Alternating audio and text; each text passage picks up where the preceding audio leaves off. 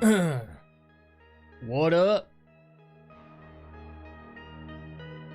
Eating lunch, so I'll pop in and out. Gotcha. What are we having for lunch today?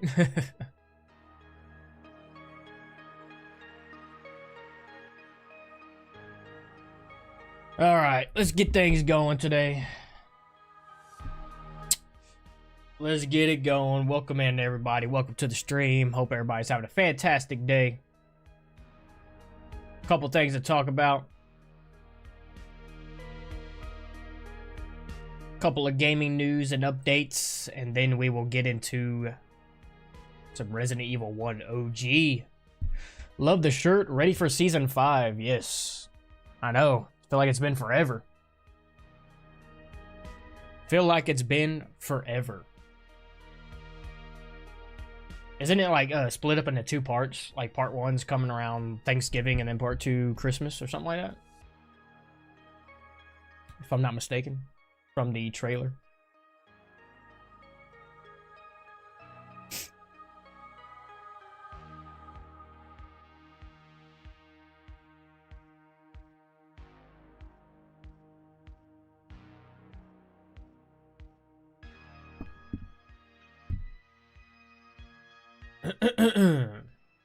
So we will be live for a little while.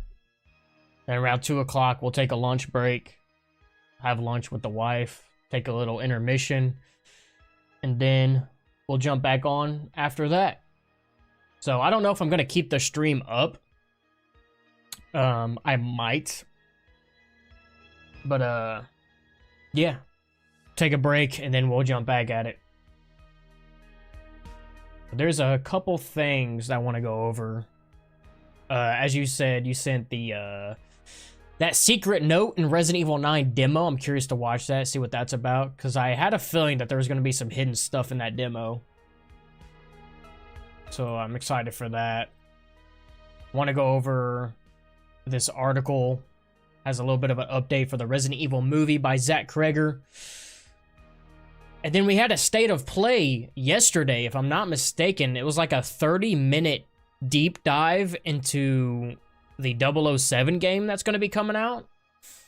Which is kind of crazy that they did a whole deep dive for this one game. Was that like the whole state of play? Just around this one game? That's crazy. We'll check that out, see if it's interesting, see what's going on about it, and see if it's worth playing. 007 game. Interesting. And then this new game called Hell Is Us. I've been kind of keeping an eye on it. Sparked my interest way back, especially when it was announced that it wasn't going to have a map, wasn't going to have any waypoints, it wasn't going to do any hand-holding, and I was like, okay, this sounds like it's going to be fun. I want to check out a review for that because I think a lot of people have either got a demo on it or it's like early access if you pre-order it. I'm not sure. Want to try that out or watch that, see if it's any good. So if I'm not mistaken, it comes out very, very soon, if not already.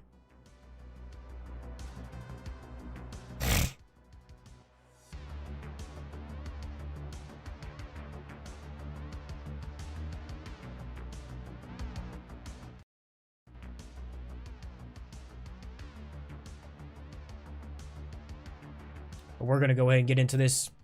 I found a secret note in the Resident Evil Requiem. Shout out to Drea for sending this in from Better Than Starlight.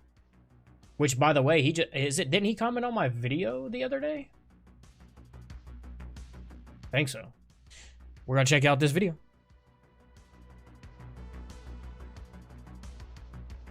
Kind of changed the layout on the vertical side, so hopefully it looks all right.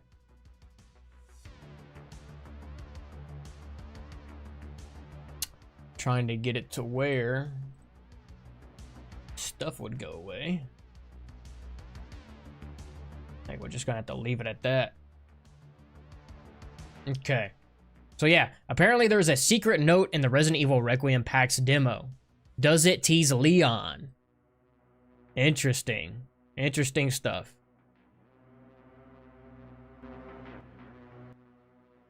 All right. Let's check it out. Yo, Rob Blitzky, how are we doing? Hey, what's up, Conjure Leon? Or Lion. Leon. Yeah, apparently this note teases Leon. Let's check it out. Welcome into the stream, though. How are you doing? How's it going, my evil residents? Today, I have a bit of a unique lore scoop for you. I had the wonderful opportunity, which I paid for out of pocket. Capcom did not sponsor anything, did not give me any money. I waited for like 3 hours in line twice to play this demo. Capcom didn't give me a Bro's dedicated. or anything. I love it. To play the Resident Evil 9 demo. I will have a video about my thoughts going up shortly after this one in a separate video, just because they're like separate topics. But I do have a unique lore scoop here. Please stay tuned for that. I found a secret note that I have not seen anyone talk about at all. Good And lots stuff. of people have played this game by now at various events. Nobody's talked about this note, so I'm going to talk about it right now, and I'm going to share it with you. This won't be a super long video, but yeah, I'm wasting any more time. Let's get right into it.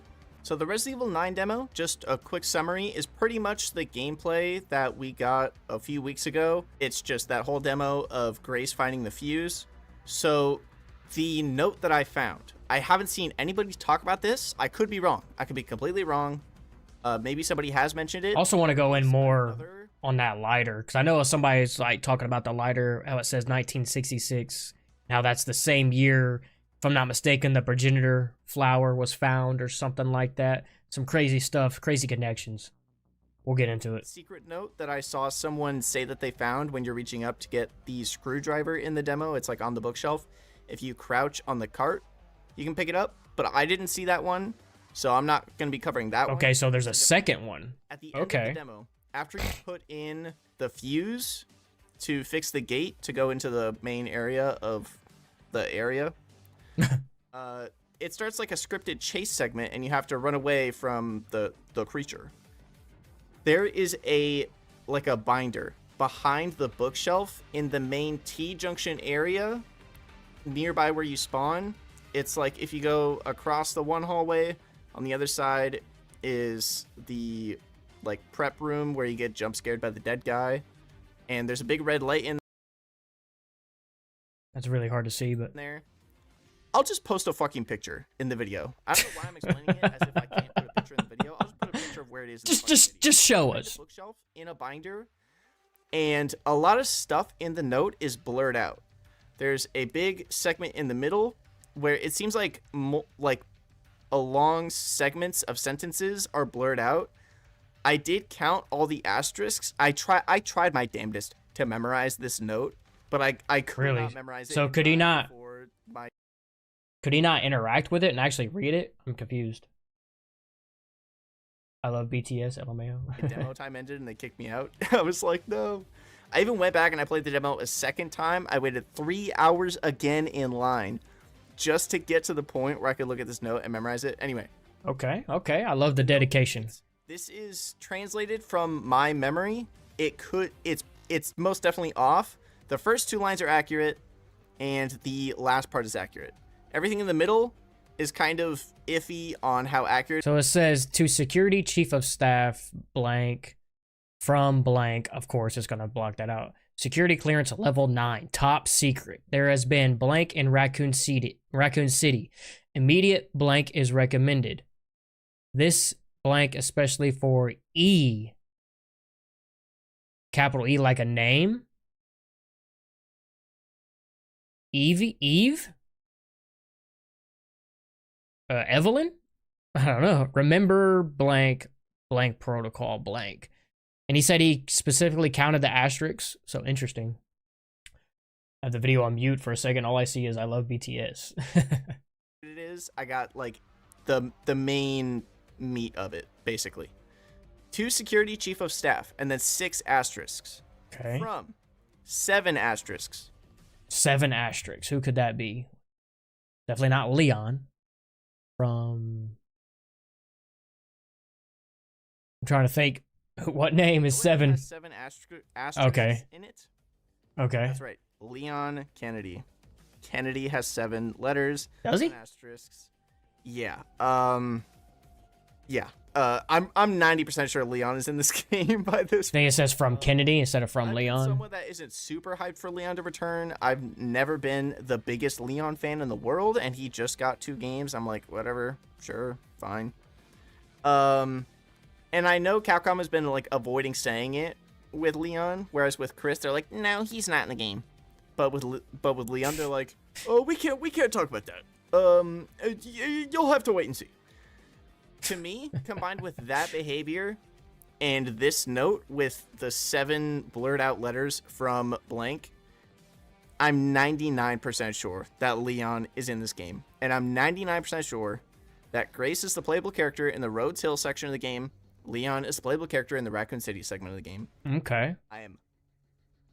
You know what? I'm going to say it. I'm not 99% sure. I'm 100% sure that that's how the game is set up. Anyways. Interesting. There has been blank in Raccoon City. Immediate blank is recommended. This blank especially for E, and then 2 blurred out letters. So this is the part that I had the hardest time memorizing because there was so many words gone. It was hard to just like connect it in my brain. This is kind of a summary, but there was a lot blurred out here.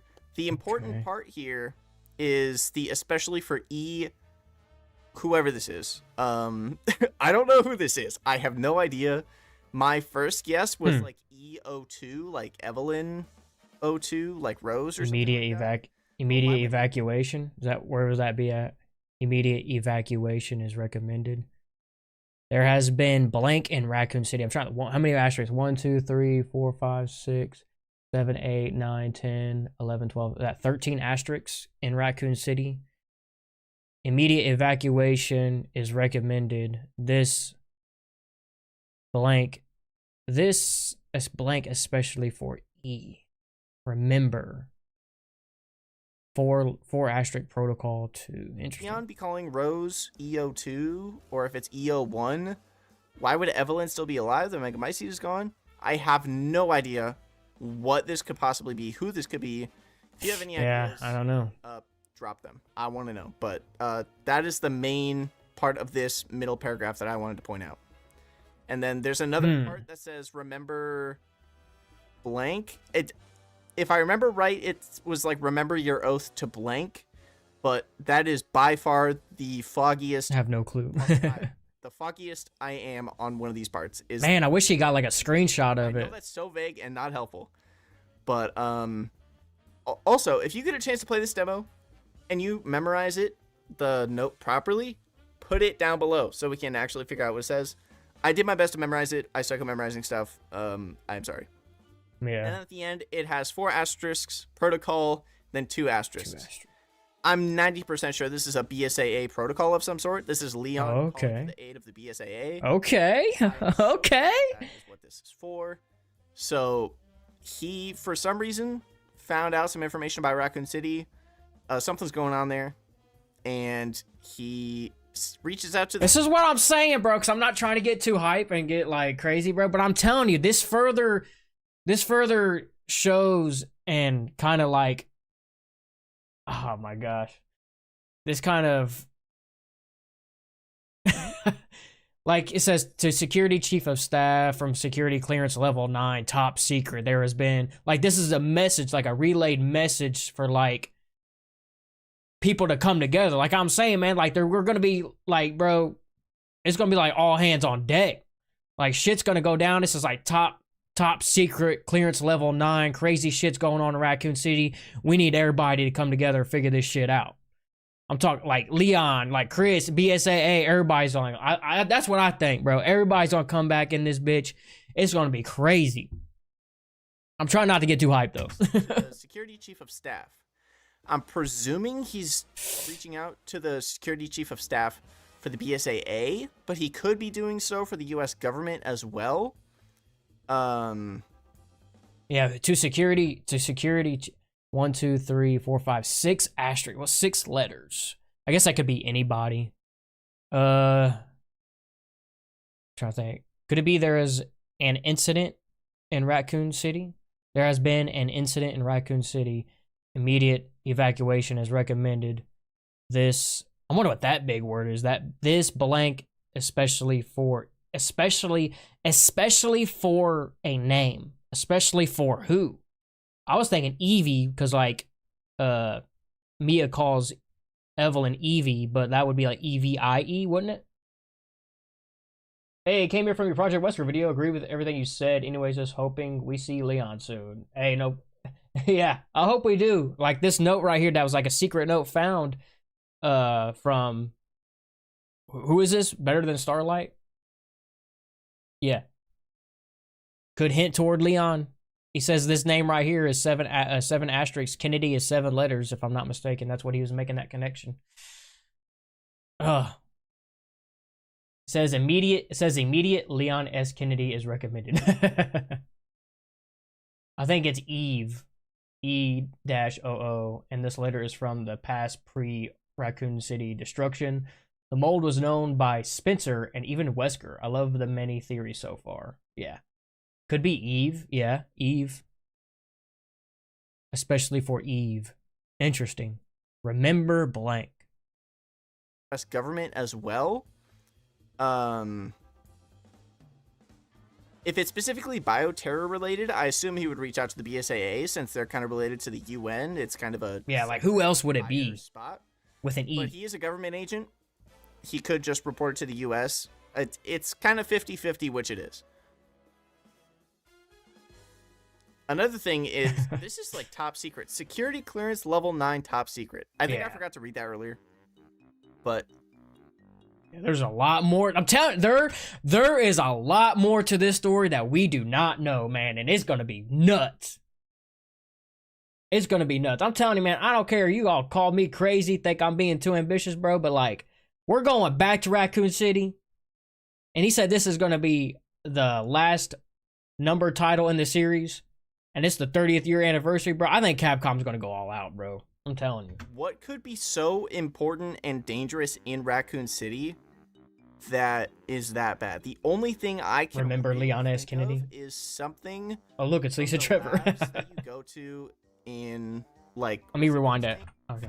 What could be so important and dangerous in Raccoon City that is that bad? The only thing I can really think of is something from the labs that you go to in like Resident Evil 2 and 3 and Resident Evil Outbreak. Something like that is like still under the ground, and all that stuff that was in there didn't get properly destroyed, and it like mutated into some freakish thing.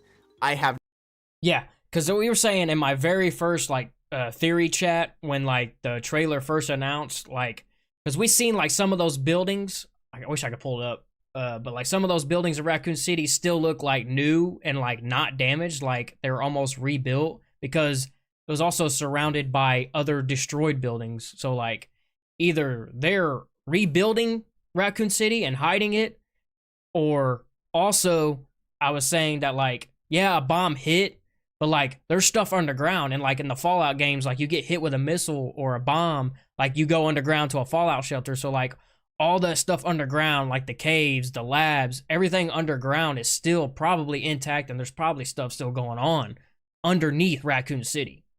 No idea. I don't know. But, yeah. I know this is a super vague note. I just wanted to show it to people. So if they could pull anything else from it. I wish you had a clearer image of it. I think this basically confirms Leon's in the game. I straight up. That is the biggest thing that I pull from this, as well as the BSAA protocol blank, which means the BSAA is involved. It doesn't say BSAA, but it's the 4 blocked out letters. Who else would it be? Who else would it be? Nobody. It's got to be the BSAA. He's asking for a BSAA protocol. It's got to be. Anyway, yeah, that's the main scoop, is that this note basically confirms that Leon and the BSAA are involved, which might have been 2 givens for you already. But we didn't have any actual physical, tangible proof of these things. Right. And now we do. We have this note. So if you get a chance to play this demo before the demo either releases publicly or whatever, like you play it at some... I hope it does get released. It's going to be at Gamescom this month. Make sure to keep an eye out for this note. The way you get this note is at the end. I already said this, but I'm going to repeat it just so you guys know how to get it. So if you have a chance to play the game, you can go look for it, and you can update it in the description. Let everybody know. Let everybody know. Not just me. Let everybody know. Anybody who doesn't want to be spoiled, that is. So this is at the end. It's like over here. It's really hard to see. Didn't they say Chris was off somewhere else? Then again, they could also be trolling about that too. Right, yeah, exactly. I mean, Chris could be, could not be. I'm trying to think, what if we get, what if Sheva is still in the BSA and we get her instead because Chris is off doing his thing? I don't know. Isn't Jill part of BSA or no? Am I tripping? After you put the fuse in where it's supposed to go and you get jump scared by the hag in that closet there, and it starts the scripted running section, run to that T-junction area with the desk with the shuttered windows, the red light. What he should have done is showed it on the map. Hide behind the bookshelf, crouch down. There's a little binder behind the bookshelf. I will post a somewhat helpful picture in the video as well, if you're just listening to this video, about where it is. This is going to be a screen cap of somebody else's video because I wasn't able to record gameplay, obviously. Okay. So it's here. Interesting. Go look for it here. Yeah, it's interesting, bro. There's a reason why they're not letting people just record their own footage and post it. Right? Is this a demo? It's not publicly, but it's like also to the public at PAX and Gamescom and SGF. But like they're strictly only showing certain footage of this demo because I guarantee you there's more stuff hidden.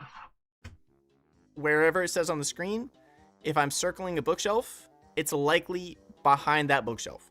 Just crouch and read it. That's where it is. Pretty much everyone is in the BSA except for Leon, Ada, and Claire. Okay. Okay. I tested this. It only appears in that last segment. I'm assuming they don't expect you to go there, which is why they put it there as like a little hee-hee secret. But yeah, that's where the note is. That's pretty much the scoop. I know it's not the most dramatic scoop in the world, but it confirms Leon is investigating Raccoon City. It confirms in some capacity he's communicating with and talking to the BSAA in some capacity. And it brings up this new character for E asterisk asterisk. Could this be the random woman we saw in the first trailer that's just walking down the hallway? Could it be her? I don't know. Yeah, because we don't know who that is. Rhodes Hill hallway. It's just a random shot at the end of the trailer. Nobody knows who it is. Nobody really talks about who she is. So there are a lot of Easter eggs within the demo files, notes, and whatnot. Yeah, I'm excited to play the demo. Hopefully we get it soon, later this month. I'm hoping. TGS they release it. It could be her. I don't know. And hopefully it's not no stupid timed one-shot demo. But yeah, those are like the three main things. Let me know what you guys think. And yeah, that's pretty much it. I'm not going to drag this out and make it some more dramatic thing than it already is, even though I know some people are going to be like, just spit it out already, buddy. Just spit it out. But this is not a scripted video. I'm pulling from memory from 2 fucking days ago, buddy. Give me a break, okay? I'm doing the best I can here. I waited 6 hours total in line to figure out what this note says. It's dedication. So cut me some slack, okay? And with that in mind, this trip, I paid for it out of pocket. Capcom did not give me any sort of like tips or bonus or whatever. I got a pin and I got to play the demo, and I paid for it all out of pocket. And I waited 3 hours in line twice.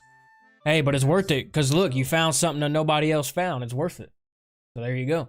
Capcom isn't sponsoring me or anything, and I just want you to keep that in mind when I plug the channel memberships and my custom t-shirts. The custom t-shirts are $25. I designed them myself with the main artwork in the middle being made by Demento Artwork. Nice. Go check them out. $25. Made them myself. They come in a variety of colors. You can get them in pretty much whatever color you want.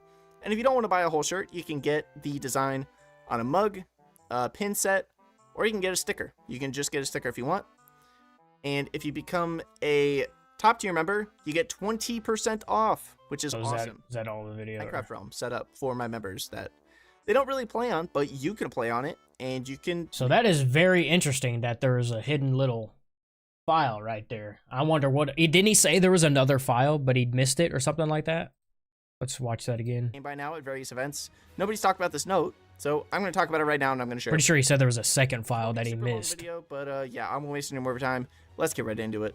So the Resident Evil 9 demo, just a quick summary, is pretty much the gameplay that we got a few weeks ago. It's just that whole demo of Grace finding the fuse. So The note that I found, I haven't seen anybody talk about this. I could be wrong. I could be completely wrong. Maybe somebody has mentioned it. There is another secret note that I saw someone say that they found when you're reaching up to get the screwdriver in the demo. It's like on the bookshelf. Okay. If you crouch on the cart, you can pick Crouch it up. on the but cart. I didn't see that one, so I'm not going to be covering that one. This is a different one. At the end of the Hang on, what? driver in the demo, it's like on the bookshelf. If you crouch on the cart, you can pick it up, but I didn't see that one, so I'm not going to be covering that one. This is a Okay. different one.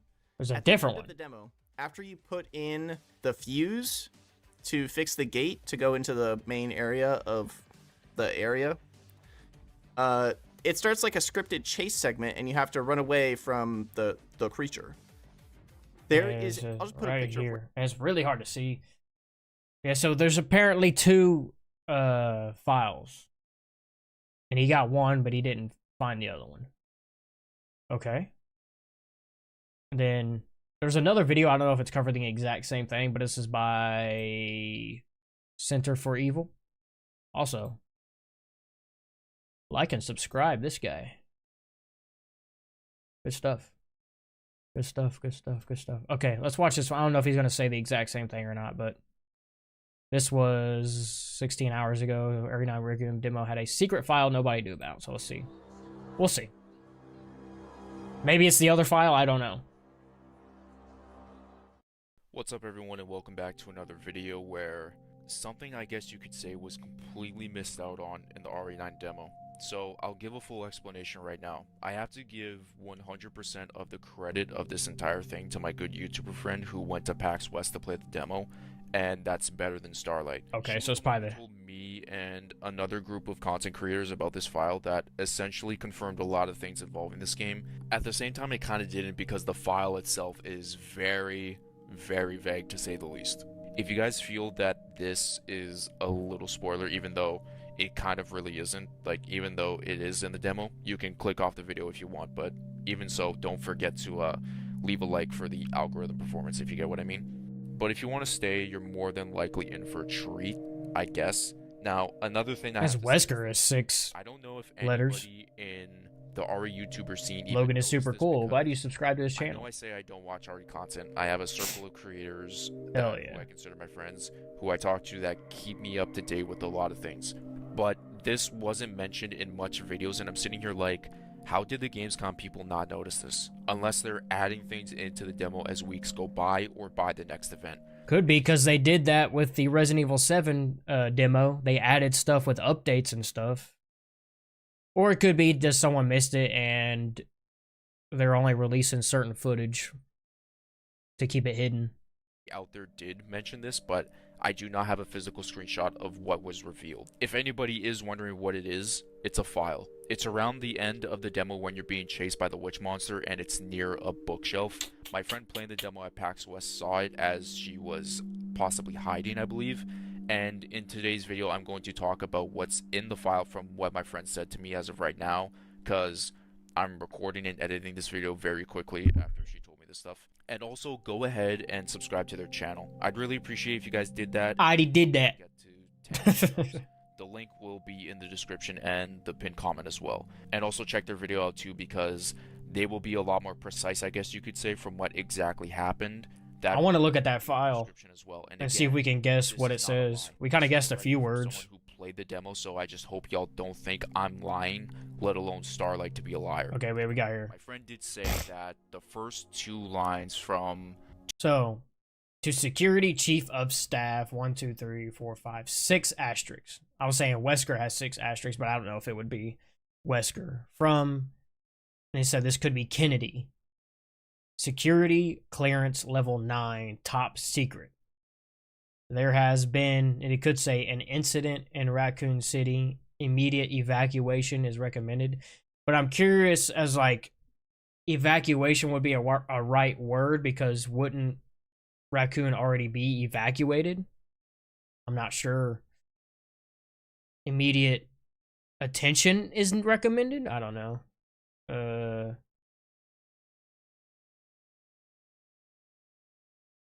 That's a really big word. Can we put this in Chat GPT and see if it can guess it? this blank, especially for E. Remember something. I mean, this could. I wonder if this is like, since it's like, well, as he said, it is asterisks. It's not like a mark out. So I was thinking like maybe it's more than one word, but if they're actual asterisks, and then BSAA protocol blank blank. Interesting. To Security Chief of Staff and Top Secret line are 100% accurate. Some of the things could be a little bit misplaced in the middle file where all those big redacted words are, but Okay. it does kind of like... So this isn't 100% accurate remake of it. So it could be more than one word, maybe. Some of the things could be a little bit misplaced in the middle file where all those big redacted words are, but it does kind of like line up, if that makes sense. But anyways, so this is what's really strange to me. I thought originally that this is just the care center security, but what kind of security involving them would have level 9 and it containing top secret info, and also mentioning Raccoon City? I've even thought of a past note from I'm gonna send you a screenshot of one of the comments that kind of analyze it pretty good. Okay. 1998 involving stuff in the middle of the outbreak with Raccoon City, but again, like I said, the note only appeared during the chase sequence that my friend mentioned, and they only saw it there, which is probably why... That is also weird. The note only appears during the chase sequence, so you can't like free roam before and pick it up. That's weird. That's really weird. In the file itself. Also, if you guys it kind of reminds me how in the Resident Evil 7 demo you have to like do certain things in a certain order and stuff. Somehow found this file and have an actual physical screenshot of it, please DM me on Twitter at Center for Evil. I will respond as fast as I can. So let's get into the possible discussion of what these redacted words could be. Now, I've put some thought into a decent bit of the smaller ones because the bigger ones are just me thinking they have multiple words in them. And also, what's that dude named? Brandon Bailey? What if Bailey? B-A-I-L-E-Y. That's 6. Bailey?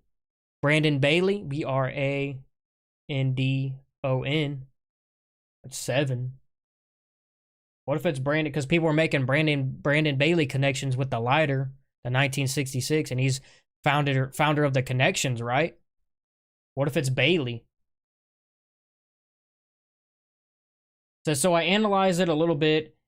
Here what it could have said. To Security Chief of Staff, in parentheses, could be Curtis Miller from Resident Evil Degeneration. From here could be Kennedy, but also could be Spencer or Birkin, although Birkin is 6 letters, so I don't know. But I feel like Birkin's super dead, though, is he not? Unless this is, I don't know. There has been disturbances in Raccoon City. Immediate termination orders is recommended. This intelligence, especially for, could be referring to either Eva or Ethan somehow.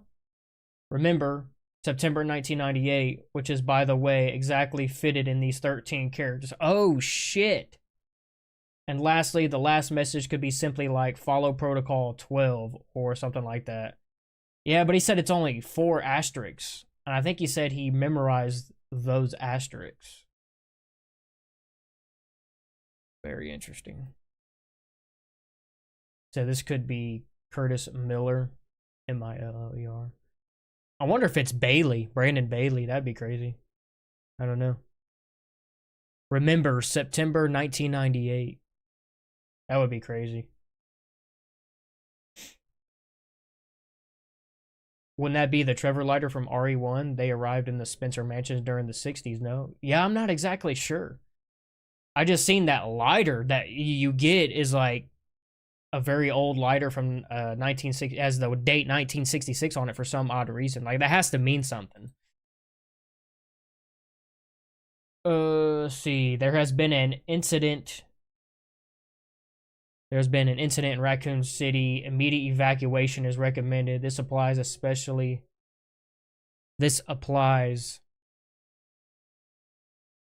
for Eva. In RE8, we know Eva's DNA and a sample of mold was sent to the connections by Miranda. Wow. I think the main villain is Brandon Bailey. Could be. We know that the connections has Eva and Mold. Wow.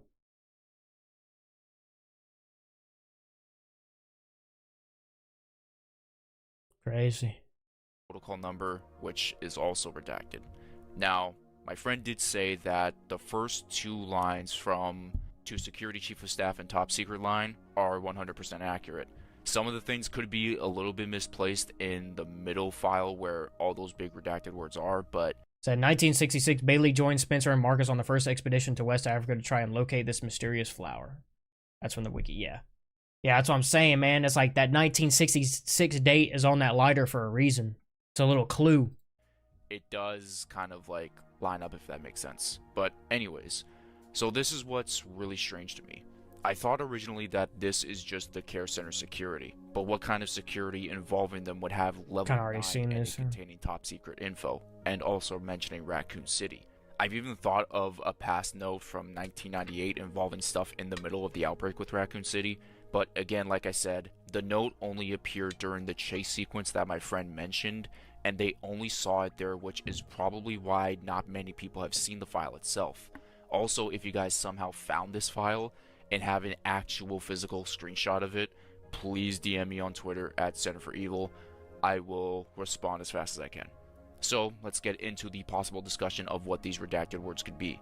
Now, I've put some thought into a decent bit of the smaller ones because the bigger ones are just me thinking they have multiple words in them. Yeah, it could be. It's just one big word. I'll get to that very shortly. So let's discuss who this letter could be from. Of all of the Resident Evil characters that I believe could have a very big role in this game, there are 3 people or maybe 4 that came up to mind. But I want to get the first 2 out of the way.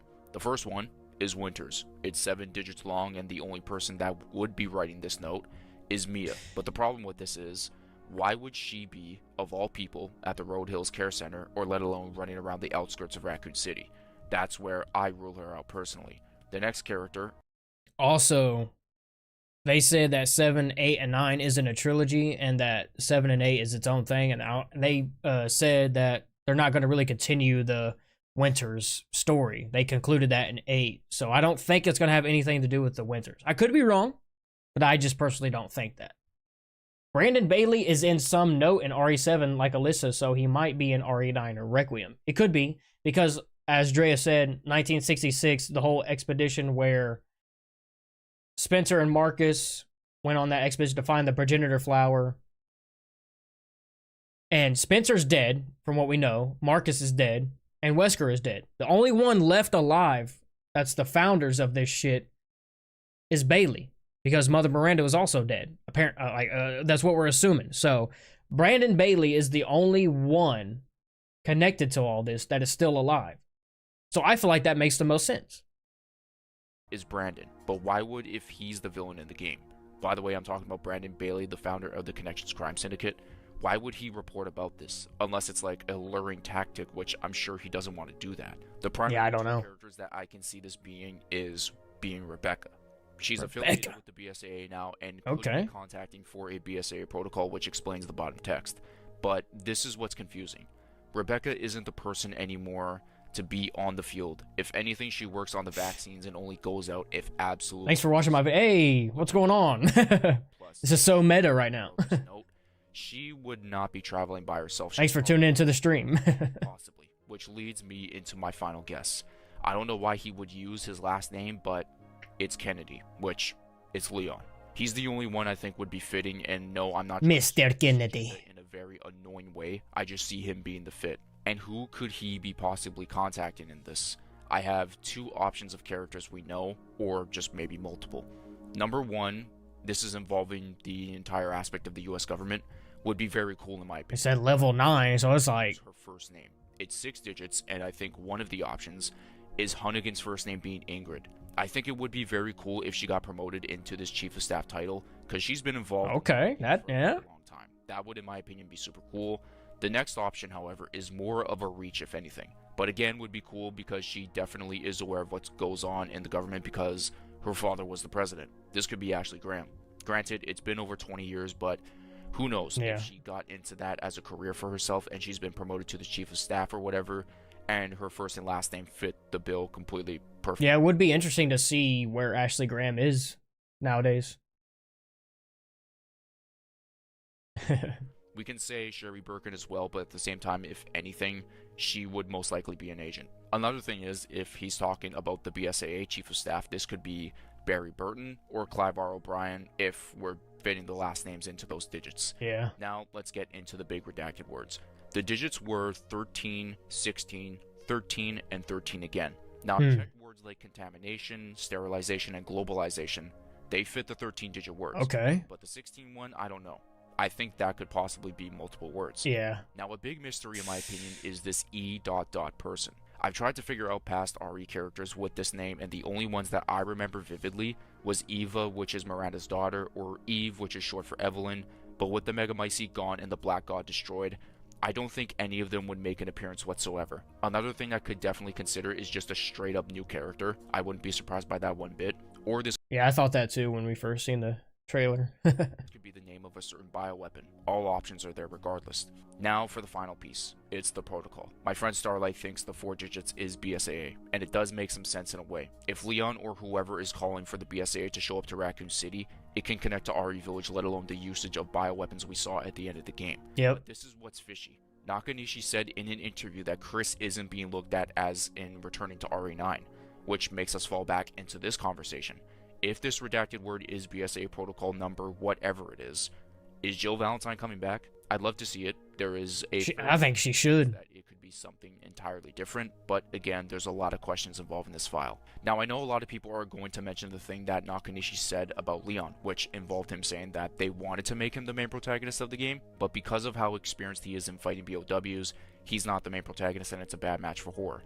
I don't think Nakanishi is wrong on that one bit, but I've seen some people say that means Leon is out of the game entirely, which I do not believe. I completely believe something else.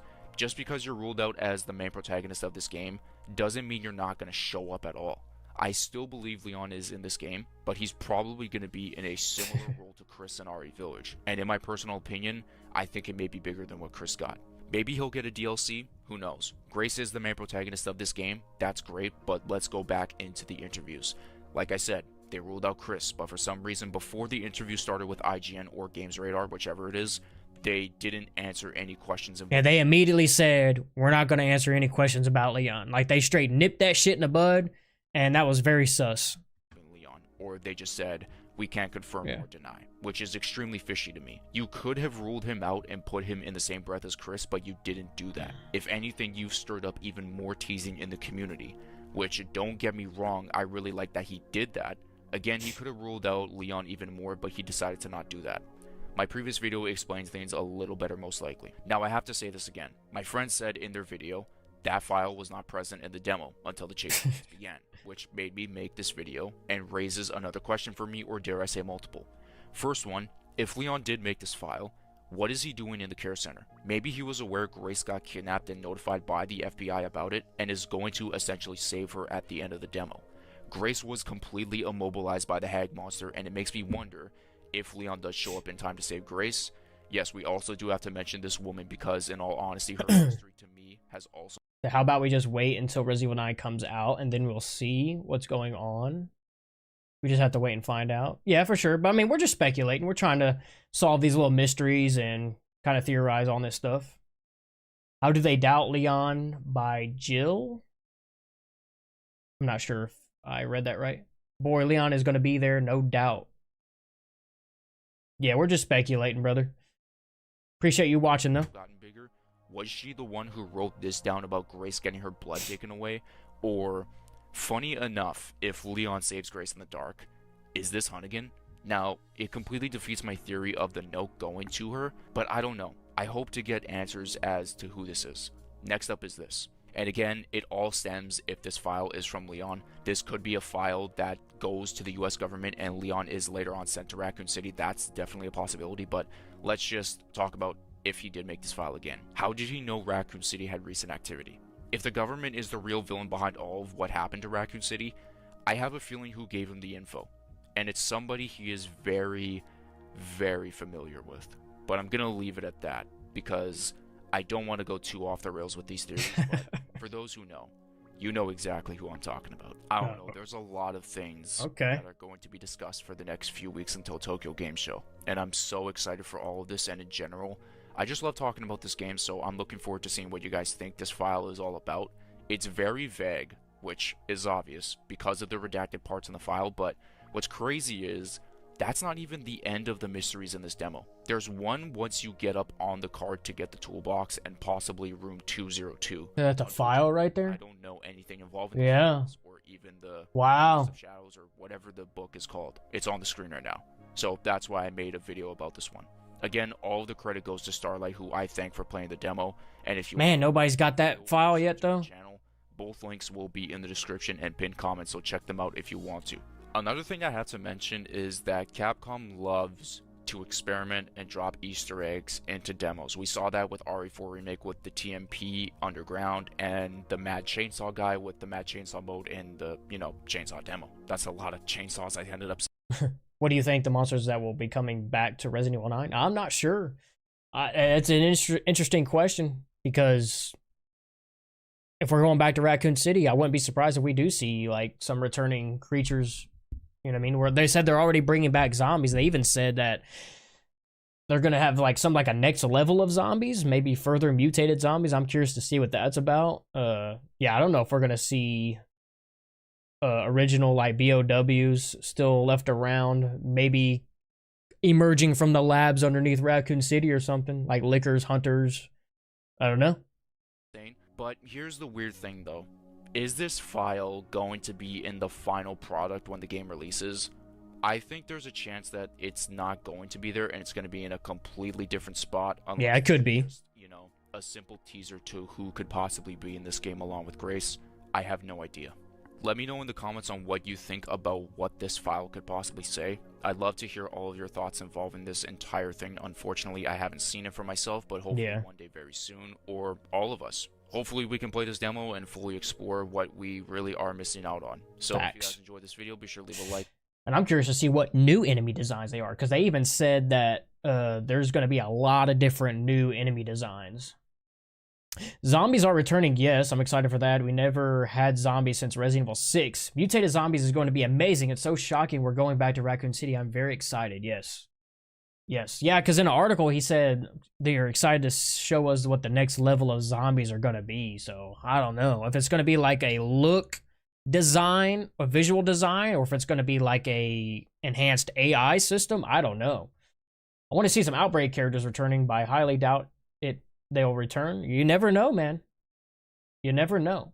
I think each event will have a new build of the demo, meaning new notes. Yeah, that would be cool. Because I really liked that with the Resident Evil 7 demo, how they kind of updated it and added new stuff with each update. That's like the greatest demo ever, bro. Like, I remember way back on an old channel of mine when that game first came out, we streamed and played that demo for so long.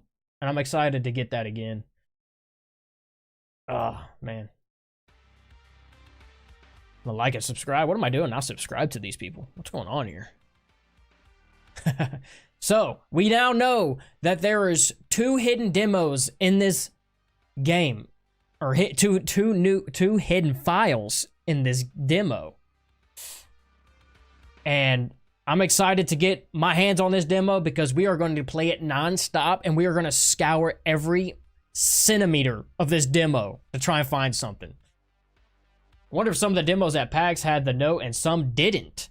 Well, he said that the demo was only found as soon as you initiate that chase sequence with the stalker. It's not there permanently throughout the entire demo. So it very easily could be missed. Resident Evil Death Island, CGI movies, some of the fast zombies, mutated ones are pretty cool. I hope you see those, but different ones though. Yeah. Yeah, they have some pretty crazy zombies. Yeah, they got that note in there for a reason, man. They're teasing us, right? They're teasing us. I love it. And hopefully at Tokyo Game Show that they announce that demo to the public and we can get our hands on it and see for ourselves. Try to analyze this stuff and figure out what's going on. Hey, what's going on, Rev 1998? Of course, they would put it when you're in a panic mode and not. Yeah, I'm saying they're doing this stuff on purpose, man. They're trying to be slick, sneaky little fuckers.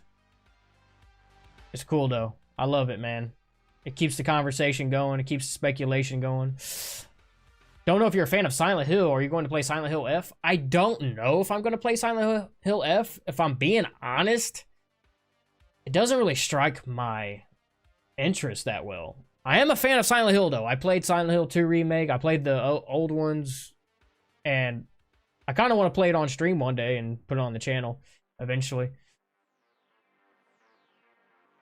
The director of RE9 say the game will be the scariest of them all. Someone asked if it was going to be the scariest of them all, but he said that he really couldn't answer it because he feels like Resident Evil 7 was the scariest one of them all because he said it was too scary that people wouldn't even finish the game, and they didn't want to make a game too scary to where people didn't finish it.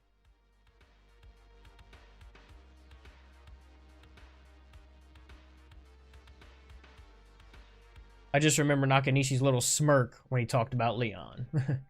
Are you excited for Silent Hill, the remake? That just confirmed the first... Yeah, Silent Hill 1 remake? Yeah, that's going to be awesome.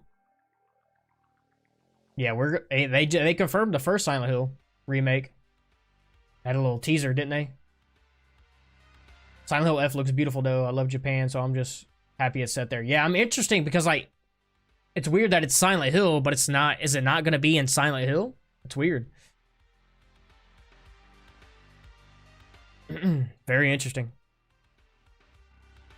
Yeah, and then we have Nick Apostolides' resume. Shout out to Drea sending this in. And honestly, I'm looking at this and I have no idea what the hell I'm looking at. So this is like all of his roles. Whoa. Film, TV and film. This is like what? Madden. He was in Madden NFL, Call of Duty. Okay. Resident Evil 2 Remake, Infinite Darkness. And then he has 3 AAA video game NDAs. Motion capture and voice. Director NDA. Lead full PCAP NDA. And just voice NDA. And then Warframe 1999. And this is not NDA. So he has 3 AAA video game NDA roles. And you're going to tell me not a single one of these is Leon? That's crazy. Interesting. We'll see, though, man. We'll see. We shall see.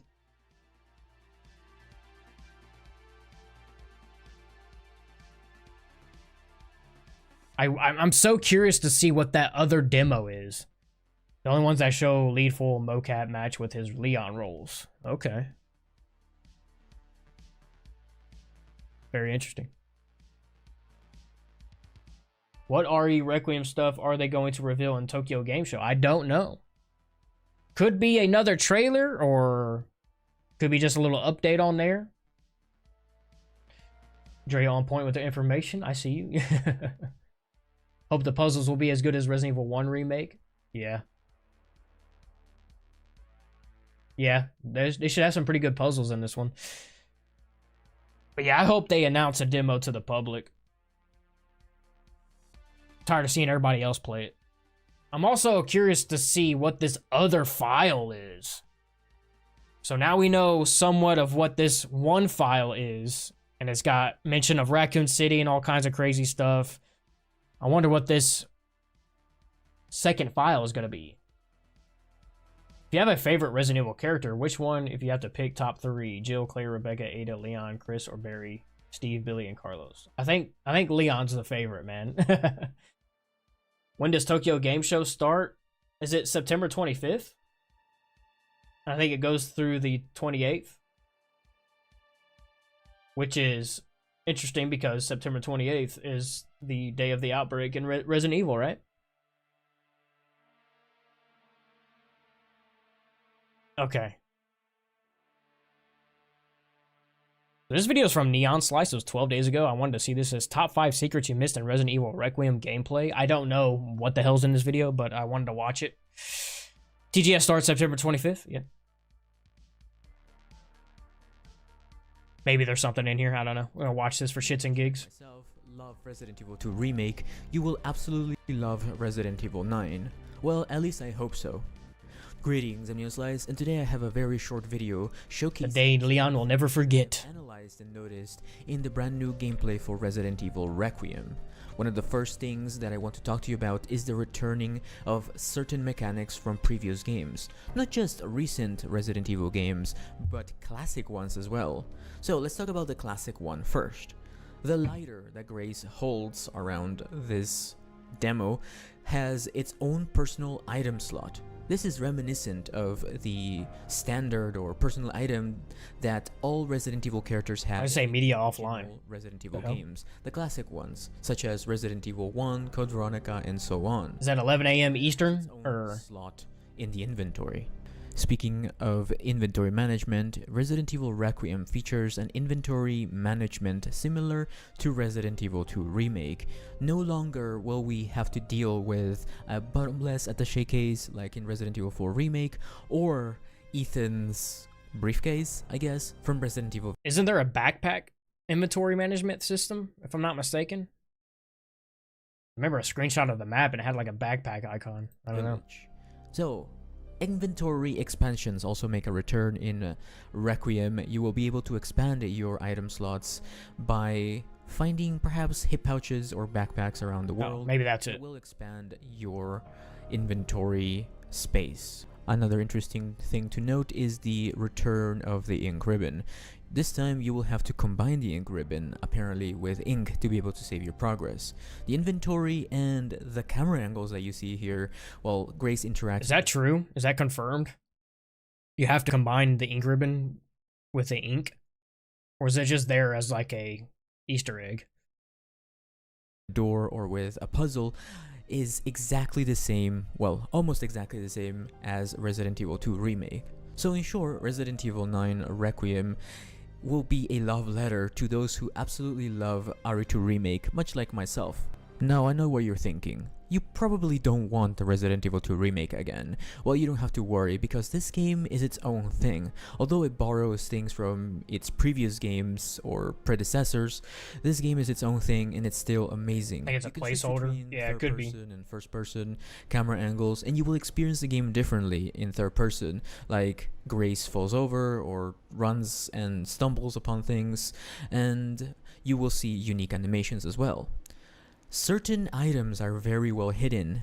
This returns from Resident Evil 7. If you remember handgun ammo or coins being hidden behind a painting or in the darkest Yeah, I think Center of Evil mentioned that book that you're talking about. Yeah, I don't know. I wonder what's in that book. corner of a room, well, that makes a return in Resident Evil Requiem. Sadly though, there are no ways of seeing through walls in this one like in RE7, but I guess we'll have to wait and see until the game fully releases. We don't know anything about unlocks yet, but I will make sure to make guides for them. As always, the S Plus professional guide will be here on my channel, so don't forget to leave a like and subscribe with the notification bell. And yeah. Okay, well, didn't get a lot of information out of that video, but that's cool. So, man, I'm telling you guys, we're in for a treat with this game. And now I think they did these files for a reason, man, to get people excited for this demo. Ah, good stuff. So I got an article here by IGN. It is a little bit more information about the new Resident Evil film directed by Zach Kreger, the guy who did Weapons, Barbarian, all that stuff. We did cover the first little stream that he did on the movie. Talking about how like he's never watched any of the films and all that stuff, and we got a little bit more information here. We're gonna go over it.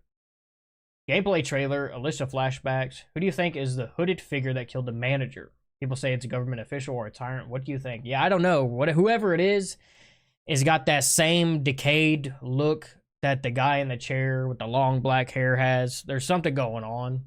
I don't know exactly who it could be. Yeah, I honestly don't know. I've never seen a Resident Evil movie. Director of upcoming Resident Evil film says fans of the existing movies probably not prepared for what I'm doing. Okay. Zach Kreger has talked about what will make his upcoming Resident Evil movie unique, admitting he's never seen a Resident Evil film. Kreger, writer and director of 2022's Barbarian and this year's hit horror movie Weapons, discuss his fresh take on Resident Evil in an interview with Double Toasted YouTube channel. Looks like an RE4 castle enemy. Yeah, that's a good connection. All I can say is that true to the experience of the games, he said. It takes place in the world of the games, and most importantly, the journey you'll have as a viewer of watching this movie is going to be similar to the journey you have as a player when you play these games. And what that means is it follows one protagonist from point A to point B as they just descend deeper and deeper and deeper into hell, which he said that in the first article, so he's just kind of reiterating that, I'm assuming. I mean, if it's going to capture that same feeling, that same vibe that you get from the game, that's going to be cool. One thing that I hope for is what they do is that he does with the same thing that they did with the Silent Hill movies to capture that vibe, to capture that same feeling, is like they basically took the same exact music and sound design from the game and put it into the Silent Hill movie. Like, I think they like redid it to kind of make it like higher quality, but like I think they should do something like that for a Resident Evil movie. I feel like it's a really good way to capture that tone, that vibe. He continued, as someone who's played I don't know how many thousands and thousands of hours of Resident Evil, I just feel like I know how that pacing can go. It's inherently cinematic. I feel like there's a great movie that can live inside of this world and inside of that sort of pacing. I'm just really, really pumped about the story that we get to tell here. So I feel like I'm chomping at the bit to make this thing. Okay. Compared to previous movies, Barbarian and Weapons, Resident Evil will be a bigger scale production, Kreger confirmed. He considered it an original, even though it's a film based on an existing intellectual property, because it has my sense of tone. I know there's been a lot of speculation online that I should just be doing an original next and not an IP, but I don't think that those people will have that complaint when they see this because it's an original, he insisted. Very much a movie that feels in line with my sensibility, has my sense of tone, and just a much bigger scale than Weapons and certainly Barbarian. I think it's going to be really cool, and I've never seen a movie like it, so I'm beyond excited making this.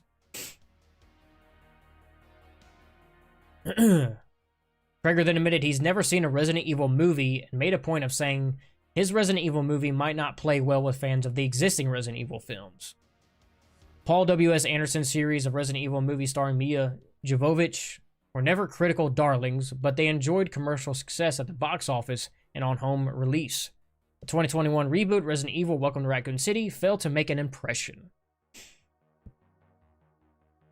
I'm a huge fan of the games, Kreger said. Now, I've never seen a Resident Evil movie. I imagine that if there are people out there that are just rabid fans of the movie franchise, are probably not going to be prepared for what I'm going to be doing. But I think the people that are fans of the games are going to be stoked. He hasn't seen the movies, and how does he know that people who have seen the movie? I feel like he's just trying to say this to cover his ass and just like completely separate him from the other films. Basically trying to play it safe. Kreger said his Resi exists much more in the world of the games than Weapons and Barbarian, and he likened the movie's tone to much loved Resident Evil 4. Probably lives more in the world of 2 and 3, but I'd say it adheres more of the tone of 4, he said. But you know, the thing about the games is that the game franchise itself is incredibly malleable. 2 and 3 take place in Raccoon City, and then 4 takes place in Spain. And it feels like it's in the past, even though it's not. And then 7 is like a Texas Chainsaw kind of thing. And then 8 is like some ancient European village and definitely in the past. He said 8 is in the past? No, it's not. The fuck? I mean, it has connections to the past. So the games don't even have some sort of set lore. It's not rigid. And so I don't think I'm taking any more liberties with this than the game franchise does at all. So I'm coloring within the lines. He said the games don't have a set lore? Okay, that's an interesting statement.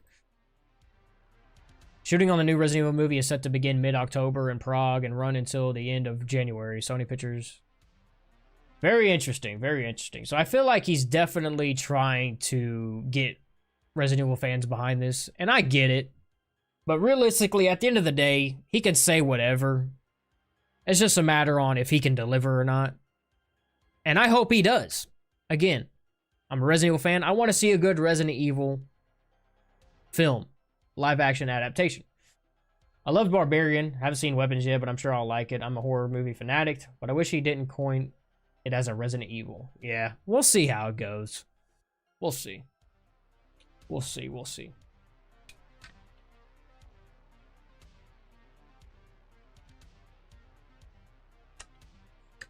He said he's already had the thought for this film, and then they gave him the REIP, and he ran with it. Yeah, so it's definitely interesting how that's going to turn out. A lot of people think that it's just going to be a weird movie, just with the Resident Evil title slapped on it. I hope that isn't the case. Maybe it's just like a vague story concept. I don't know. I hope it's good, though.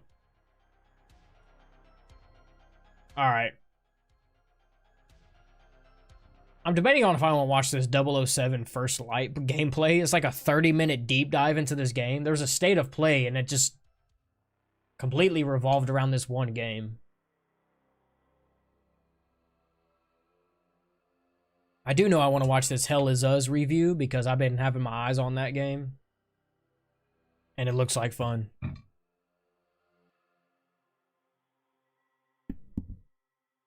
So maybe we'll watch that.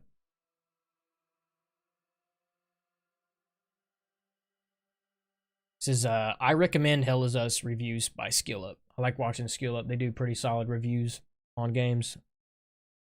Not biased or anything. Now, Squarespace has been helping me turn my dream into reality, and that's what Squarespace does for millions of other people too. Their industry-leading website. Let's skip that. Do it. To thrive in Hell Is Us, you will need to pay attention to your Yeah, it says, warning, our game has no map, no markers indicating where people are, things are, where to go next, who to talk to. We will never tell you precisely what must be done or how to do it. To thrive in Hell Is Us, you will need to pay attention to your environment, listen, and be vigilant. That sounds dope to me, bro. Excited for the game Ill? I'm not sure if I've seen that. Listen and be vigilant, end quote. As soon as I read this, I was like, oh baby, I'm so locked in, let's go. I'll tell you right off the top that Hell Is Us is a good first entry in what could one day be a really fantastic franchise. Now, to be clear, neither developer Rogue Factor or publisher Nacon have announced any sequel plans for Hell Is Us, and hey, if it bombs, I don't expect it will get a sequel. But I desperately hope it doesn't bomb, because this is a good video game that I recommend, it delivers in many critical aspects, and I enjoyed my 25 hours with it, and I'm actually low-key blown away by just how good this is, given that it kind of came out of nowhere. But it does feel like a prototype for a much grander ambition that might one day be realized. And I really hope that Rogue Factor goes on to get the time, resources, and scope to realize that ambition. Believe it or not, Hell Is Us is actually a pretty fascinating game because it's a sort of semi-open world experience that I've been crying out for some time now. Hell Is Us exists as a direct response to the hand-holdy open world formula that has dominated the past two console generations. Yes, it has an edgy, grimdark setting. Yes, it has slow, souls-adjacent, stamina-based combat. Yes, it has NPCs you can chat to and quests to complete and items to upgrade and all the stuff you've come to expect from modern games. But it's what Hell Is Us doesn't have that defines it. The warning label wasn't lying. It doesn't have a map you can open at any time to see where you are. It doesn't have any mini-maps to help orient you in towns or dungeons. It doesn't have a traditional quest log that tells you what to do next. It doesn't have any map markers or GPS pointers guiding you towards a destination. It doesn't have a protagonist talking to himself while he solves puzzles, spoon-feeding you a solution that you didn't ask for. Aloy. The absence of these things immediately... Hey, fucking Nathan Drake does it too in Uncharted. A lot of other open world games you've played, when you actually need to pay attention instead of just following a GPS marker and putting the round peg in the round hole, incredible things happen to your brain. Hell Is Us is actually Definitely interested in Ill. I need to check it out then. a fairly basic package when you really break it down into its components, but even in its simplicity, it does expose how creatively bankrupt so many of those hand-holdy open world design tropes are. So compelling is that you're on your own pitch that it goes a great distance to help you look past Hell Is Us's many shortcomings, because yeah, there's a lot of them. The story is leveraged too deeply into esoteric, uninteresting lore, the combat is visually flashy but ultimately shallow and utterly crippled by a lack of enemy variety. Environment and puzzle design starts out strong, but wears out its welcome once the rhythm of the game has been established, and different variations of key finding and symbol matching start to feel played out. If I was to really summarize everything wrong with Hell Is Us, I'd put it this way. there's a fantastic 10 to 15 hours Did he just call out my girl missions to Aloy? enemies to puzzles all feel new and different. But there's another 10 or 15 hours Shots after that fired. where you've absolutely seen and done it all before, and the impact of those opening hours is diluted as you settle into very familiar repetitive loops. Some will walk away from Hell Is Us fixated on those last 10 to 15 hours, while others will fondly remember the first. I fall into that latter category. There's plenty to complain about here, but Man, the game does look beautiful, man. You see that? You see that I landscape? fondly remember the first. I fall into that latter category. Look at that in the distance. Look at that. Wow. This game looks great. Oh, Agree. There's plenty to complain about here, but I definitely think that the good outweighs the bad, and I think that as a AA game, this is exactly what I'm hoping for from this segment. Balls yeah. So this isn't even a AAA game. Wow. How much is this game gonna be? that buck ubiquitous design trends and that have the courage to try something different, even if the landing isn't perfect. No one is allowed in or out of Jova. Go back to the town. How did you get into Hadia? Whoa! Holy shit! Look at that nutsack of a chin. What the fuck? The yellow brick road. I want my mom. The yellow brick road. Everything will be okay. You have no idea who you've stolen from. Choose your next move wisely. Okay, so to start, let's be really clear on what Hell Is Us is. Played Banishers? I have not. Hell Is Us is a semi-open world third-person action-adventure game with a little bit of RPG and a hell of a lot of puzzle solving. It's not a Souls-like, though its combat feels a little Souls-esque with its pacing, stamina management, and enemy tuning. It does see you interrogating a fairly vast cast of NPCs as you look for clues and probe for more information about the world around you. Mr. X 45 years later. There's a small number of towns populated by NPCs, but none of them move around or do anything. There's no law and order system, no ability to kill NPCs, etc. Like I said, it's an action-adventure game with some very light RPG elements. It is definitely not an RPG. But Hell Is Us is a very surprising game for many reasons, and one of them is certainly this game's setting and story. You play as Remy, who sits in an interrogation room being drugged and questioned by whatever the fuck this dude is. With character design and voice acting that presages one of the game's best qualities, some really strong voice work led by the game's leading man, played by Adam Jensen himself, Elias Tufexis. How did you get into Hadia? I asked for a transfer to the UN peacekeepers, who were deployed inside Hadia. It backfired. This opening exchange and this other really flashy cutscene at the start of the game both hint at an experience that puts high production storytelling front and center, but Hell Is Us doesn't really deliver on that promise. This cutscene is by far and away the most exhilarating cutscene of the entire game, and you can tell that they really front-loaded their budget on this one to draw people in. After that, most of the cutscenes are simple dialogue exchanges inside an APC that you drive from place to place. The mystery of this interrogation sequence also falls fairly flat, as it's less about an interesting resolution and more about a convenient pretext to bring you back from the dead when you die.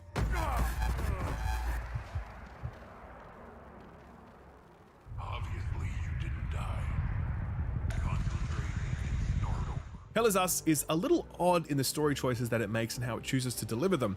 The premise is got a blood lot all over her bigger than face. most games dare to be. It's set during a civil war between Hell two Is Us different looks peoples, cool. and Yeah. one of the sides is winning Definitely. bigly. One of the early moments of the game sees you pull up to a literal mass grave where a father wails in I just like that they're doing something different, man. They're kind of, taking their own route. They're not following the trends. They're setting their own shit, No waypoints, no map, none of that. Like, you're free to explore and figure this game out on your own terms. Super dope. agony as he nurses the corpse of his dead wife and child.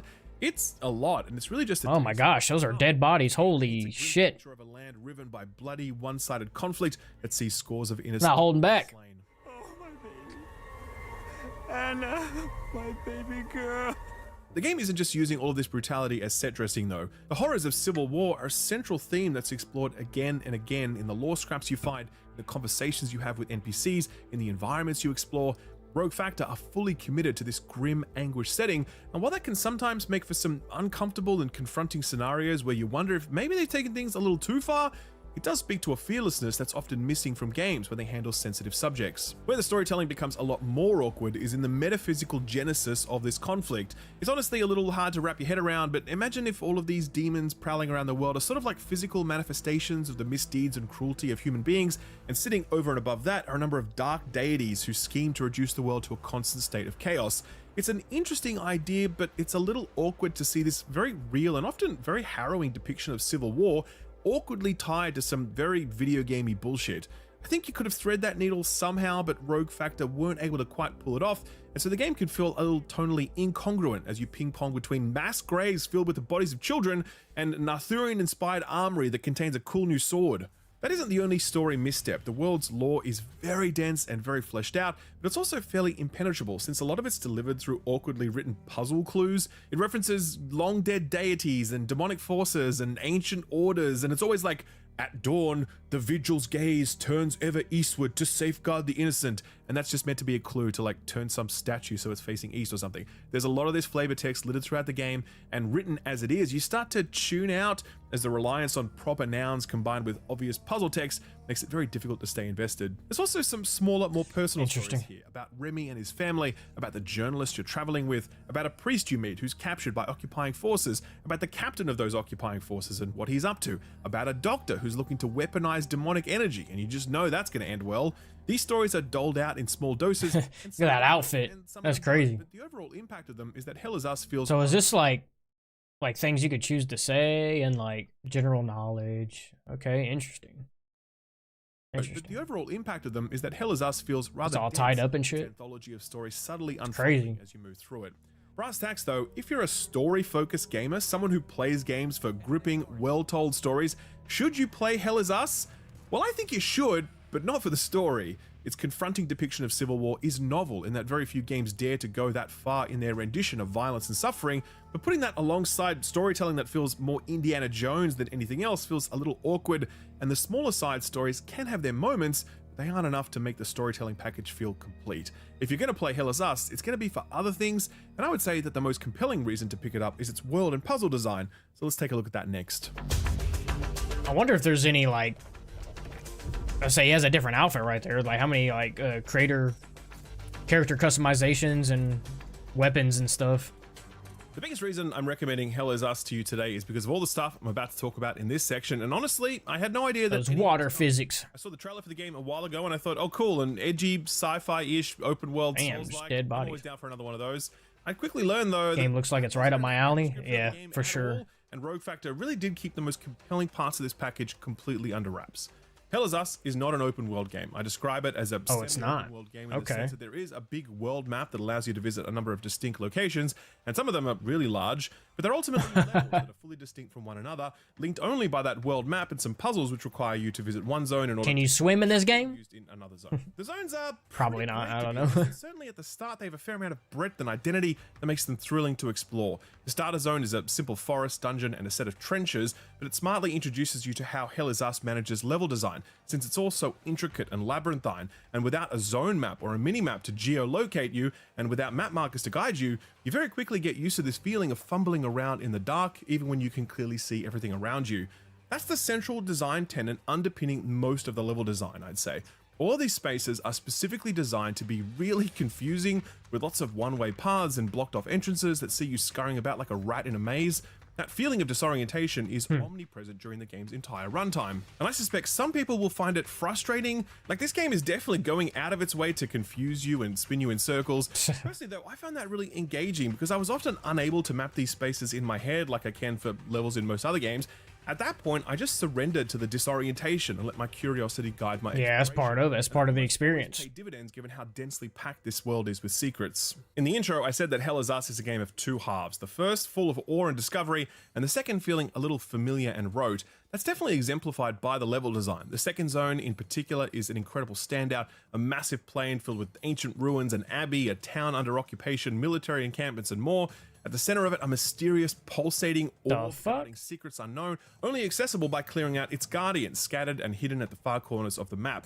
The first time you step into this space, crazy. Exploring it unassisted by a map or map markers, it feels overwhelming in the best possible way. You'll spend hours here, and they're the best hours in the entire game, hands down. Later levels struggle to hit that same high bar. Many of them are much smaller, less elaborate, fewer NPCs and fewer side quests, fewer secrets. More than anything though, it feels as though the latter part of the game is leveraged too heavily into explorable dungeons, which start to feel quite samey owing to the repetitive puzzle design and a dire lack of enemy diversity. Still, the truth is, I remain on board throughout the entire 25-hour journey because of this game's approach to NPCs, quests, quest items, puzzles, and secrets.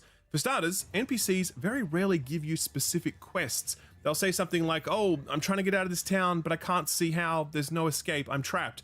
And then like 5 hours later, you'll find a random set of car keys in a completely different zone. If you go back to that NPC and initiate the trade option, you can give them that set of keys, and that's going to be what they're looking for. That's what they needed to escape. It's like, you know, those old point-and-click adventure games where you find an item and you have no idea what it does, then a character you meet later on mentions something and you think, hey, what about this? It's exactly what Hell Is Us is doing all the time. And that's just the side content, when the core quest is just as centered on that stuff as well. NPCs will give you directions based on a compass, or they'll tell you to look for a house in a village that has a satellite dish on it, or they'll reveal some hidden compartment within the APC that you're driving around that's been under your nose the entire time.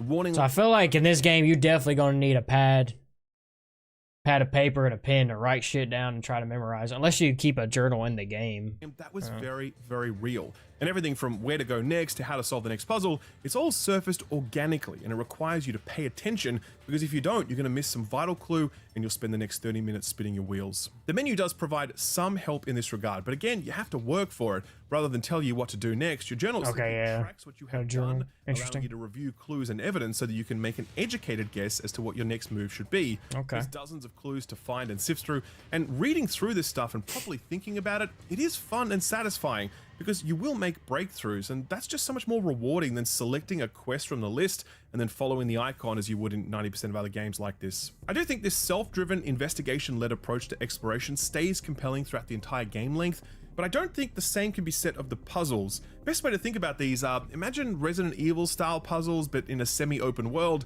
and imagine that instead of 10 hours of that, it's 25. There's only so many times you can give a cryptically worded clue that talks about symbols, dates, and directions before it all starts to sound a little repetitive and strained. There's only so many times you can be forced to find a specific key or keystone or missing cog or statue piece or whatever before it starts to feel pretty played out. Hell Is Us does have dungeons, a number of them in fact, and by the end you sort of groan when you see a new set of iconography appear above a statue's head because you know what's coming next. So it's a bit of a mixed bag, and I do think the first 15 hours hits a lot harder than the game's back end, but overall, I'm really into this. I do imagine what this team could have done with more time, scope, and budget. I do imagine that they could have taken these ideas further and delivered more diversity in environment and puzzle design, but what's here was more than enough to keep me engaged, and I use the word engaged very deliberately. I don't mean it in the sense that, you know, it made me want to keep playing.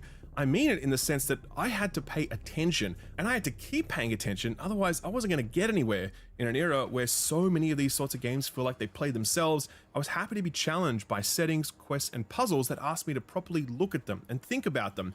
And as imperfect as it often was, I take this stuff any day of the week over the more common alternative. Hell yeah.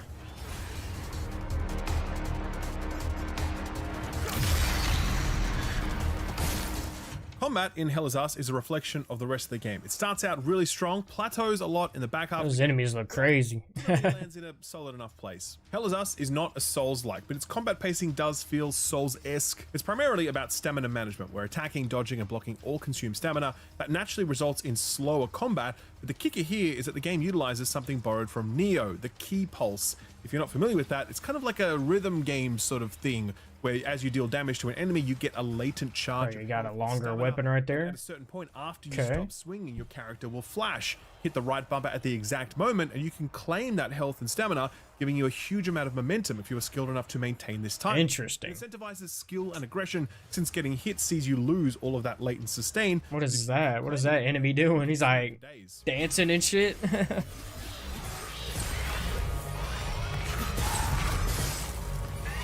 You only have a single basic melee combo to rely on for each weapon, as well as a charged heavy attack which can't be weaved into your regular combos. These things being as simple as they are, combat depth comes from your drone and rune abilities. It's a very flexible system that allows you to slot up to 4 abilities into your drone, stuff like a big plunging attack or a whirlwind attack, etc., but also 4 runes into your weapon. On the rune side, there's actually a lot to choose from, since there are 4 rune categories with dozens of unique runes to choose from, but they all adhere to a mechanical theme, like the red Rage runes will displace and stun enemies, while the blue Grief runes will focus on AoE attacks, and the yellow Ecstasy runes will actually damage you in return for Ecstasy, what the? Further incentivizing you to nail that key pulse timing so you can keep enough sustain. Honestly, this drone and rune stuff is so good that if you were to make a sequel to Hell Is Us, you wouldn't need to add or change much of it.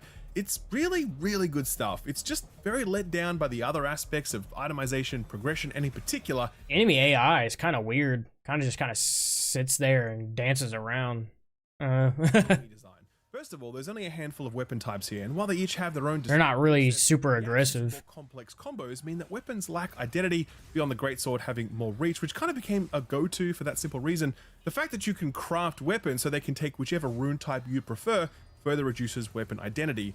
The crafting and progression stuff is one of the more disappointing aspects of the game. It's very linear, numbers go up, weapon progression. It's not like they become more interesting to use the higher level they get. It's basic, serviceable RPG light stuff where a bit more depth would have been nice. But also, I'm not sure how much of a difference it would have made given the game's biggest overall weakness, a dire lack of enemy variety. There's two categories of enemies in this game. The first are these white mannequin looking dudes, and there's only 4 of these, and honestly, they don't really present much of a challenge on their own. They each can play host to the game's second enemy type though, which are these big blocky mess of pixels that look suspiciously like See, their mannequin hosts are invulnerable while tethered to these knack enemies, and multiple mannequins and knacks can be up and tethered to each other at the same time. Individually, these enemies don't pose much of a threat, but in aggregate, they can be a little tricky. At least at first, and this is where things start to reflect many of the game's other weaknesses. Once you've seen the 4 mannequin types and the 4 knack types, you've seen them all, and things never ever change after that. No new enemies are introduced after the first 4 or so hours of the game, and once you've learned their movesets and once you've mastered your key pulse, combat lacks both challenge and diversity. This lack of enemy variety also has profound impacts on environments, since meeting new foes is a pretty core way of making one space feel distinct from another. All 8 enemy types appear in every zone. There are 0 enemies that appear in only one specific place. Added to this, there's only really 3 actual boss encounters in the entire game, and they're more like a remixing of the basic enemies you fight rather than actual bosses. Earlier I said that if you were to make a sequel to Hell Is Us, you wouldn't really need to touch any of the drone or rune stuff because it was great, but you would have to basically completely rethink the approach to enemy design, enemy diversity, enemy placement, and bosses, because despite some decent fundamentals that carry at some distance, combat is easily the weakest and least interesting part of what is otherwise a pretty compelling package. Yeah, it's not gonna be a perfect game. I mean, it's only a AA game. Yeah, because I noticed the enemy AI kind of seemed to kind of stand there, but this one kind of was pretty aggressive. Not a huge variety of enemies, but other than that, man, the game looks pretty cool. I like the concept of like not having it hold your hand, you kind of figure it out on your own type stuff. That's pretty cool. Pretty cool stuff. So, oh man.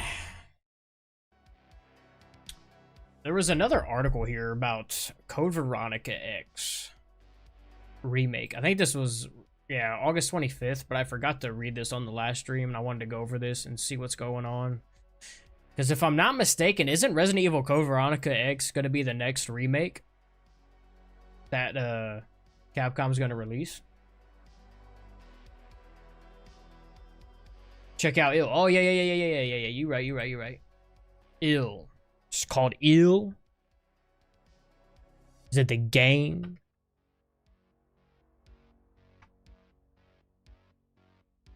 This was 2 months ago. Is this out yet or no? Is this the same trailer?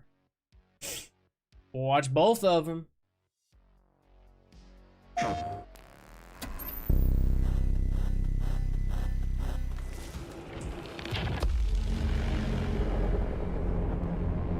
What the fuck?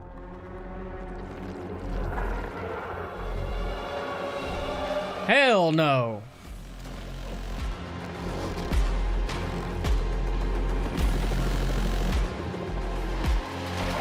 Ugh. Oh, hell no.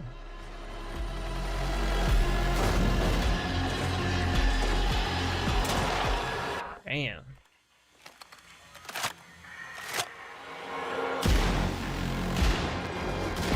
Those things look fucking creepy. Just chuck a big ass rock at you. What the fuck? Oh shit, they can pick up weapons. Look at that big ass thing. What the fuck is that? Dude, these graphics are fucking insane. What the fuck? Look like a Raider, Power Raider off Fallout.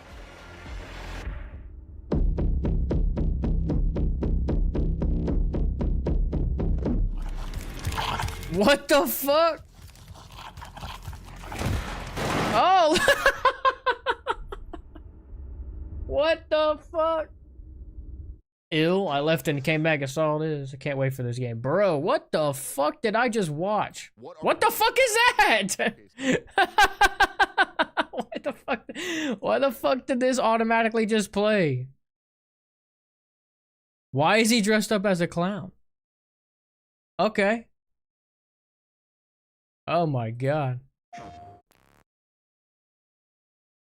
Alright, this is another trailer, or is it the same trailer?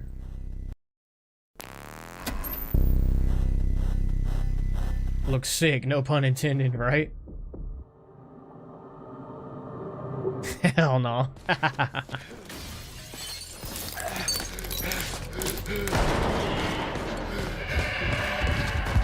What the fuck?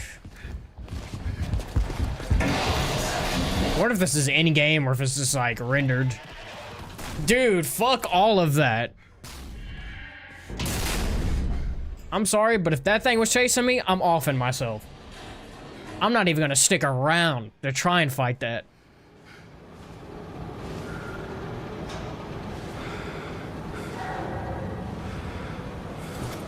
Damn, so this is gameplay?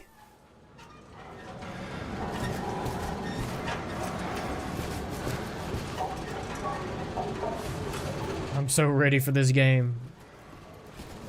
Dude, this is crazy looking.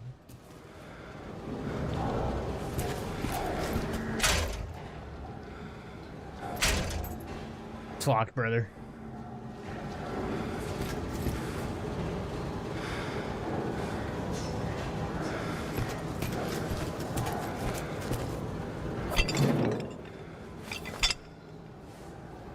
This is like hyper realistic. Bust that lock off.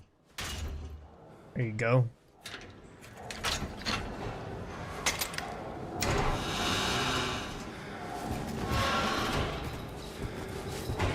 That sound design is crazy.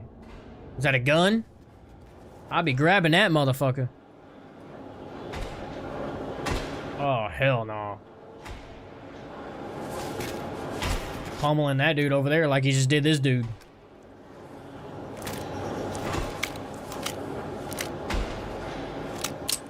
Fully loaded. Run it. Bust his ass. Oh no. Oh no. Putting his hands up and shit. Damn.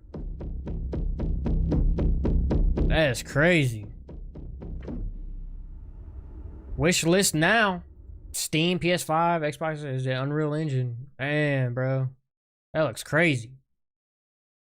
That looks crazy.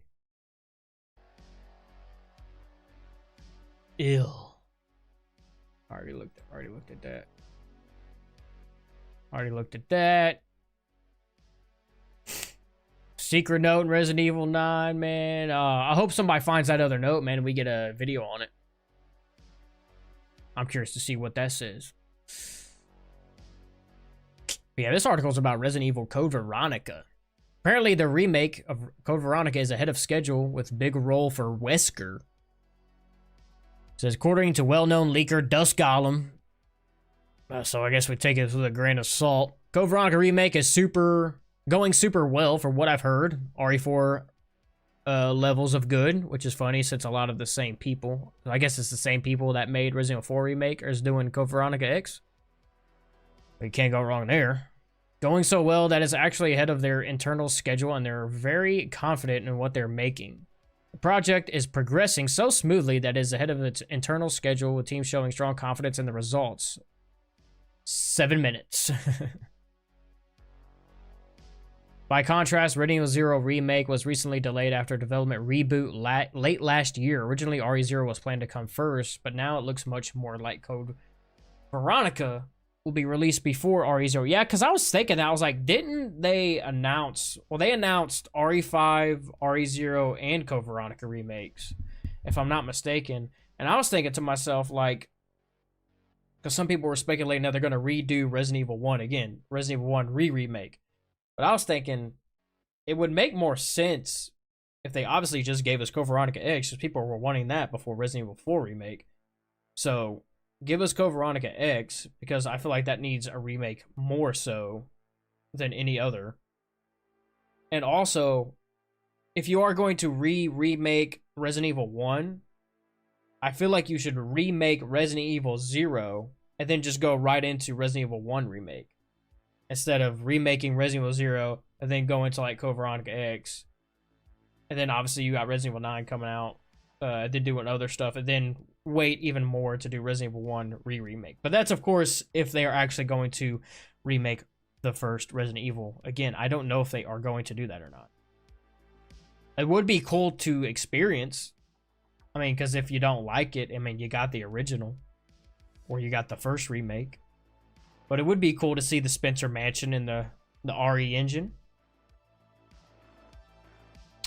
It says, does Gollum also explain that in 2020, development of Resident Evil 4 Remake was shifted from M2, the original lead studio, to Capcom Division 1. Despite this major change, the game still released on schedule thanks to the team's hard work.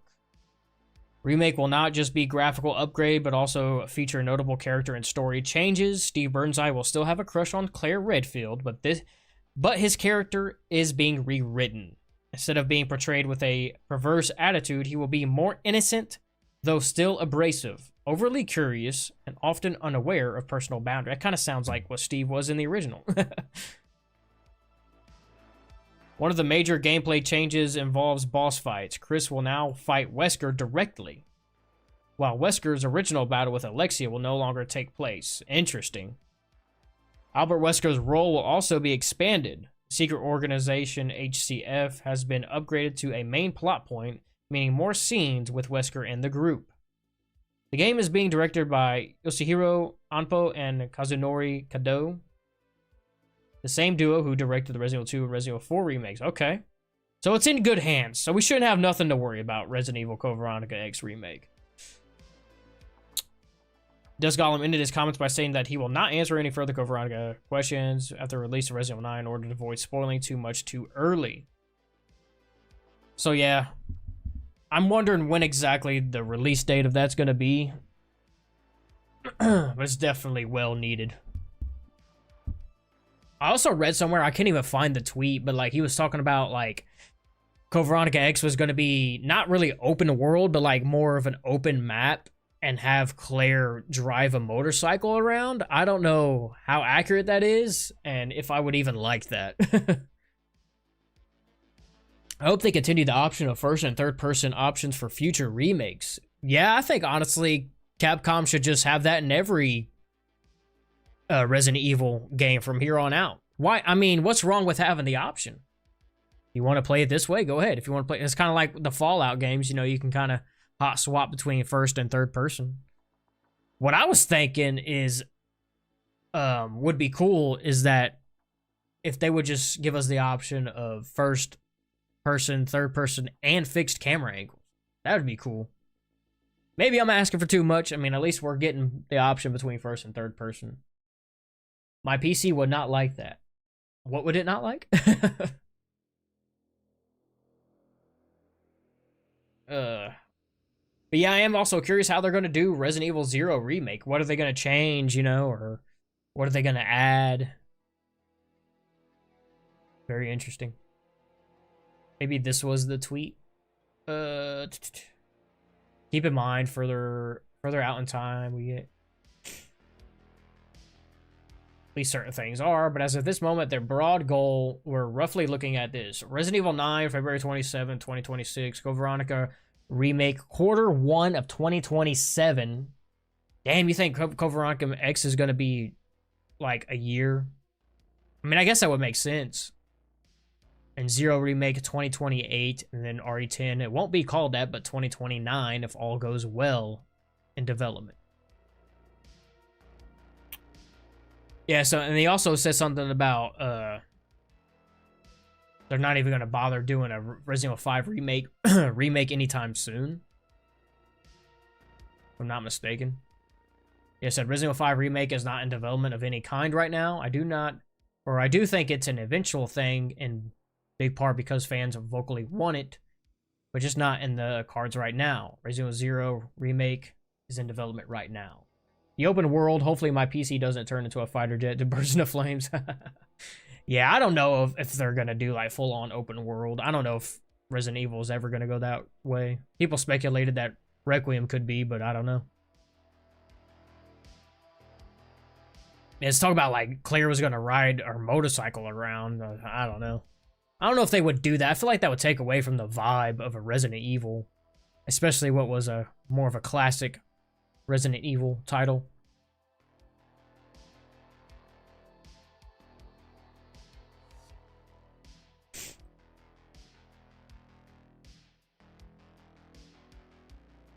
Says Code Veronica Remake has been in development since 2022, around 3 years of dev now. Code Veronica Remake is ahead of schedule due to a very smooth dev cycle.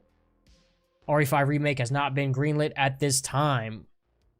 100% sure on both of these things.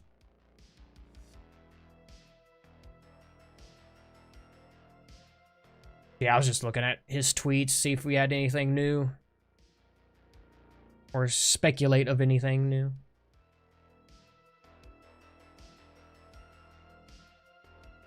But it's good that we're eventually, finally going to get a Resident Evil Code Veronica X remake. Ugh, alright. I'm gonna go use the bathroom real quick and we'll be right back.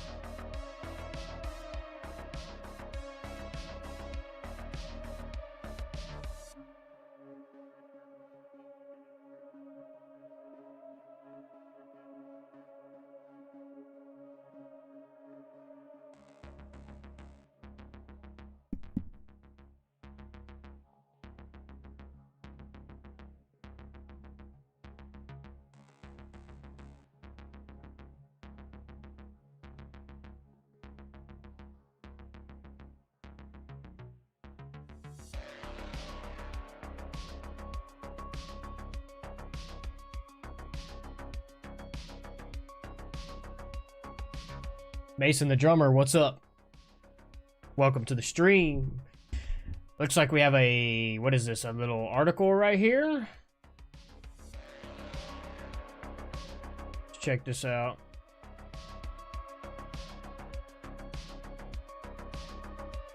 Says Resident Evil 9 Requiem Nakanishi's statement can't say anything else about the game's story or the characters that will be revealed, but I can promise you that there is someone you are looking forward to. Really?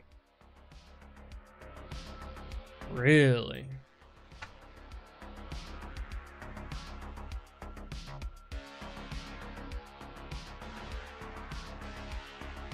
Is this from a video or an article or?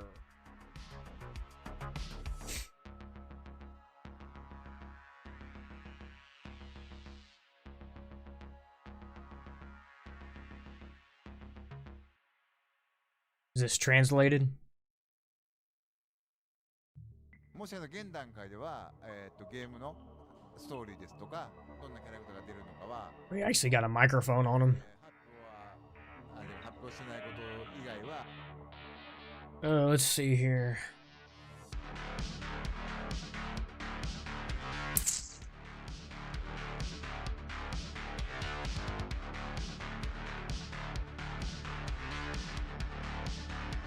Auto translate. I don't know if this is gonna pick up anything.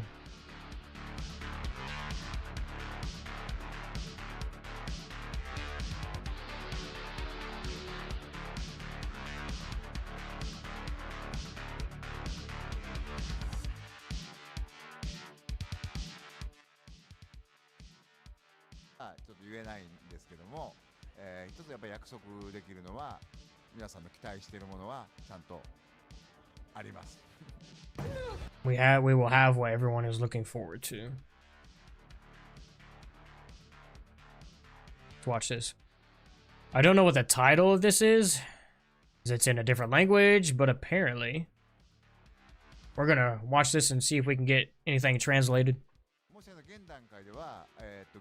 This stage, I can't really say anything about the game's story or what characters will appear,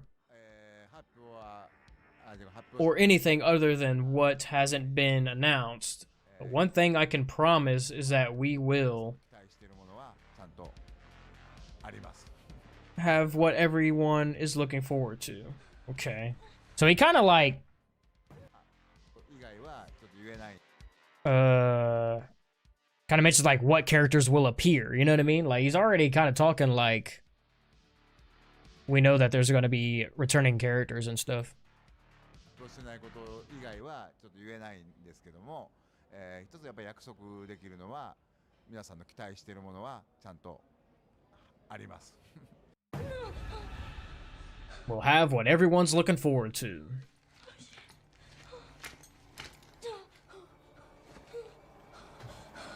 What is this?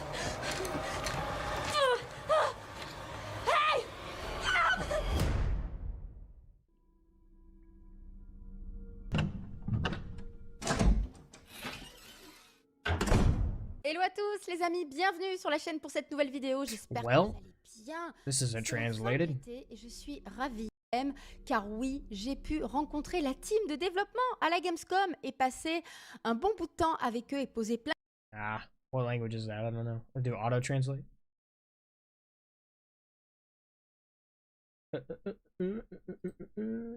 Auto translate. De questions sur le jeu. J'ai eu la chance, comme vous le voyez, de rencontrer à nouveau Koichi Nakanishi, le directeur du jeu que j'avais déjà rencontré à l'époque de Resident Evil 7. C'est lui qui va réaliser Resident Evil. It's not translating.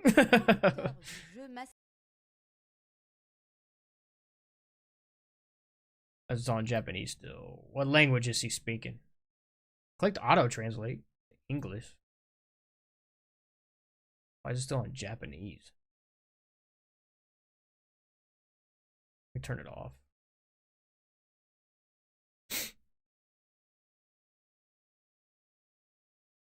Japanese auto generator. Why is it doing that?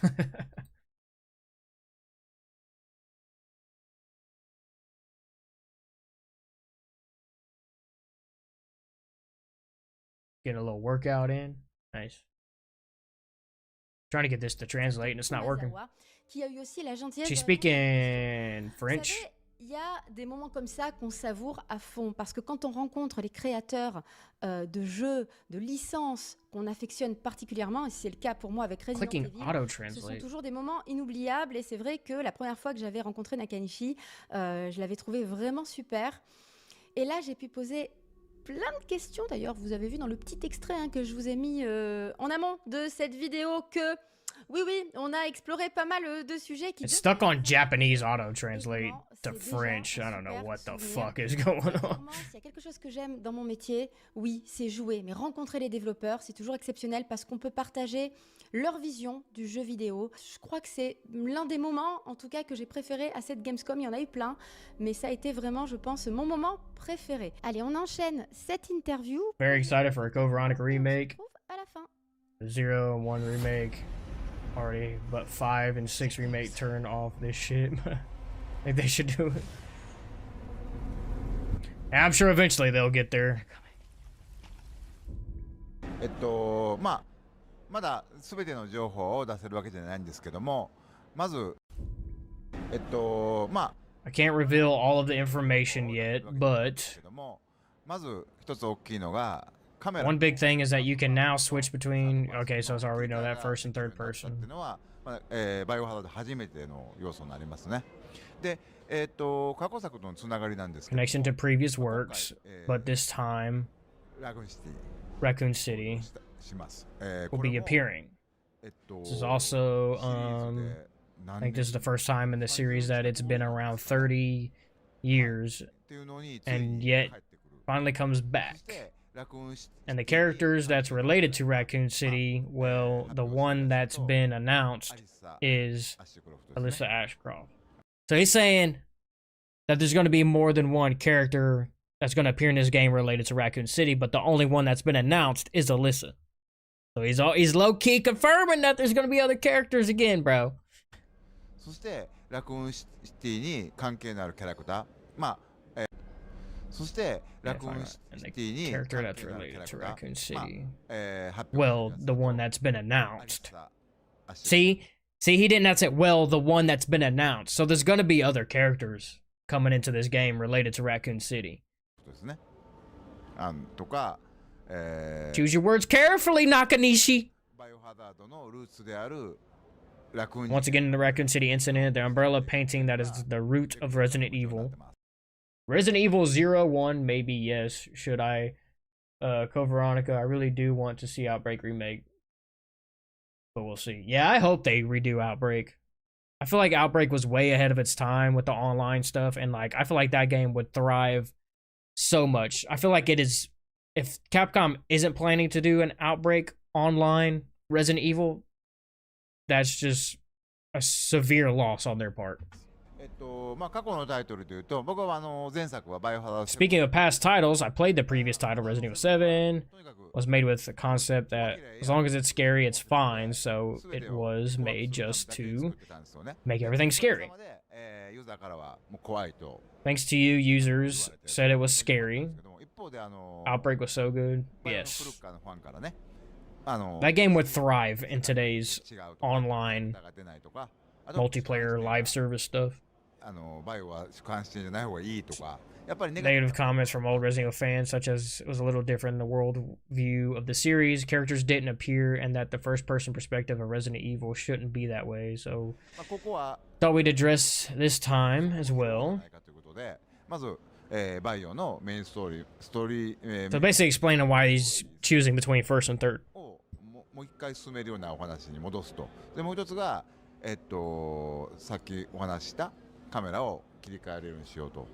まあこういうところが、まあセブンを踏まえて次のレクイエムはでやろうとしたことです。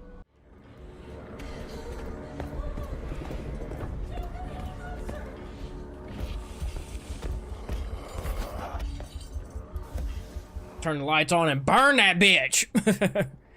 Oh, that looks creepy. We'll actually see her burn and shit. Look, she's like, don't know where to go. She's like stuck. You figured she'd react more aggressively. What the hell? She's kind of like confused. That's crazy. ドシリーズ大事なのはただ怖いものがずっと続くんじゃなくて、実は少しだけ安らかなセーフルームがあって、 Having those little peaceful safe rooms is actually one good element. 一つのいい要素になってるのかなっていうのは思います。 Keeps the fear going. 触ったタイトルでいうとバイオハザードビレッジっていうのがありますけれども、バイオハザードビレッジではアクション要素が結構多い中で、ね、ハウスベネビエントっていう結構怖い What I miss? Earlier in the stream, we talked about how there was a hidden file in the Resident Evil 9 demo, and it had a couple of redacted words and could be a potential tie to Leon being in the game. You ever play Resident Evil Dark Side Chronicle Operation Javier, add Resident Evil Umbrella Chronicles? Yeah, I played Dark Side Chronicles. I was expecting them to add Operation Javier to 4 Remake as like a DLC, but they never did. So excited for RE9, same here. Yeah, Operation Javier, missed opportunity. And we're looking at this, and he's kind of like low-key confirming other Resident Evil or Raccoon City characters. 少し差し込まれることによってそこの恐怖っていうのが少し格段に上がっていったっていうのがあったと思います。まあ、このデモのシーンはグレースは本当に戦う手段もなくて初めての、もう訳のわからないクリーチャーに出会う恐怖体験を、まあ、そういうシチュエーションなんですけども、まあ、彼女も、いろんなこの先ねゲームで経験していく中でやっぱり成長していきます。でゲームプレイとしても、戦う手段武器ですとか手に入れたり、まあ、自分が weapons and other means of fighting by exploring the map. 分かるようになりますと。でそういう意味ではグレースも、ゲームの中でどんどん戦えるようになっていきます。でまあ今の Grace will become more and more able to fight in the game. So well, right now in the demo, it's a little hard to imagine because it's so old. I wonder if that's a mistranslation. But on the other hand, I think the appeal of Requiem is that the player can watch over this reliable Grace and experience overcoming challenges together with her. もうキャーなんで想像できないかもしれないんですけど、逆にその頼もしくなったグレースを、まあ、見守るというかね、一緒にプレイヤーはその乗り越えていく経験ができるっていうのがレクイエムの魅力かなと思ってます。やっぱり新しいことに挑戦していくっていうのが大事なのかなっていうのは今のディレクターのコメントともあまり変わらないんですけれども、この、レクイエムについても、まあ、今の形になる前はいろいろオンラインのね、プレイスタイルとかマルチ It says we're testing a lot of online features. ね、プレイスタイル Things like playstyles and multiplayer, and いろいろ検証して、really keen to try new things. 趣でそういうのを挑戦はしてたんですけれども、はい、やっぱり挑戦は大事なんだなっていうのは I think that challenges are important after all.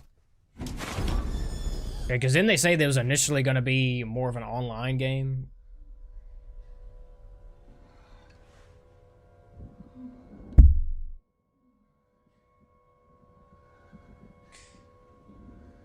So gameplay. Ugh. Creepy bitch. もし現段階では、ゲームのストーリーですとか、もし現段階では、ゲームのストーリーですとか、どんなキャラクターが出るのかはちょっと発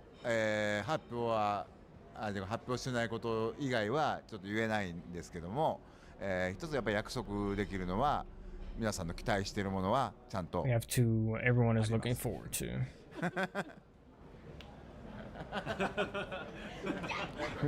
Like he tried so hard not to like spoil anything right there. そのあたりはぜひ発売してからプレイいただきたいなとは思ってるんですけれども、はい、まあ登場することは間違いはない。Love for you to try. そのあたりはぜひ発売してから。Said no doubt that he will appear. What? そのあたりは I'd love for you to try out the gameplay once it's released. Well, there's no doubt that he will appear. Wonder what that means. Wonder if that's an accurate translation or not.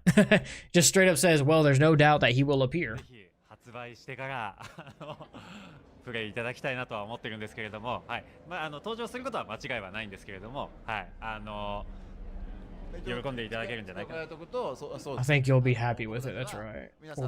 We promise to do our best to meet your expectations. Voilà pour cette interview, les amis. J'espère que ça vous aura plu. Very interesting. Unfortunately, I can't translate her French. Nakanishi de parler avec l'équipe de Requiem. En tout cas, ça donne encore plus. Very interesting. All right. Well.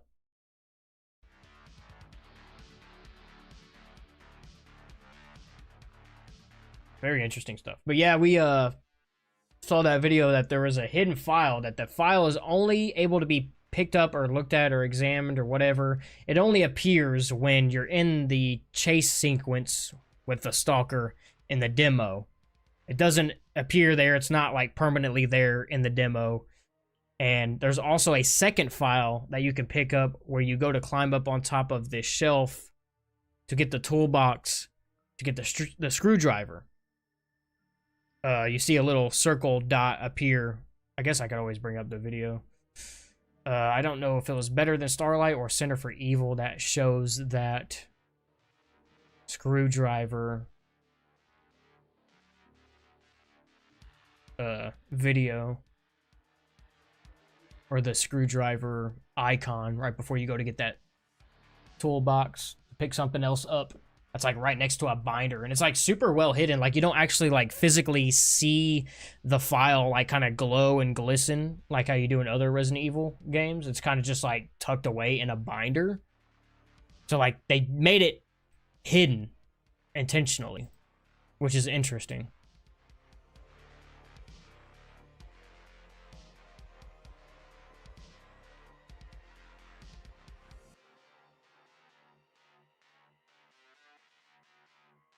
Let's see here.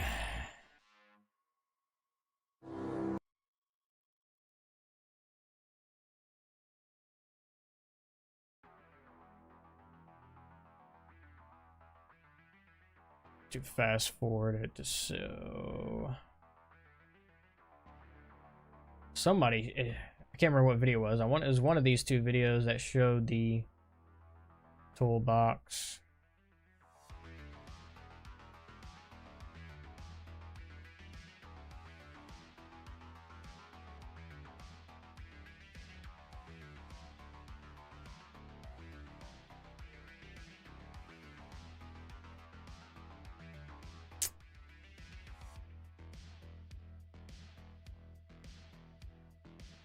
Well,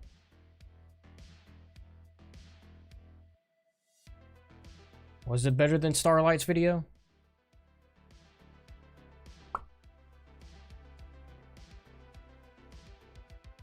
Just gonna watch it again, why not?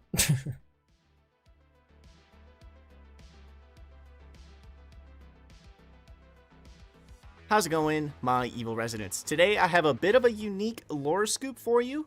I had the wonderful opportunity, which I paid for out of pocket. Capcom did not sponsor anything, did not give me any money. For any of you who missed earlier. Like 3 hours in line, twice to play this demo. Capcom didn't give me a single freaking dime or anything. I can't remember if it was this video or the other video that shows her climbing up to get that toolbox, and you see like a little circle pickup icon but I do have a below the toolbox. Like that, how it shows on the light switch and shit. At all, and lots of people have played this game by now at various events. Nobody's talked about this note, so I'm going to talk about it right now, and I'm going to share it with you. This won't be a super long video, but yeah, I'm wasting no more time. Let's get right into it. So the Resident Evil 9 demo, just a quick summary, is pretty much the gameplay that we got a few weeks ago. It's just that whole demo of Grace finding the fuse. So the note that I found, I haven't seen anybody talk about this. I could be wrong. I could be completely wrong. Maybe somebody has mentioned it. There is another secret note that I saw someone say that they found when you're reaching up. Where's the PS5 demo? I hope we get it at Tokyo Game Show. Hopefully they drop it. You can pick it up, but I didn't see that one. So no, I'm ready to play it. I'm ready to get my hands on it.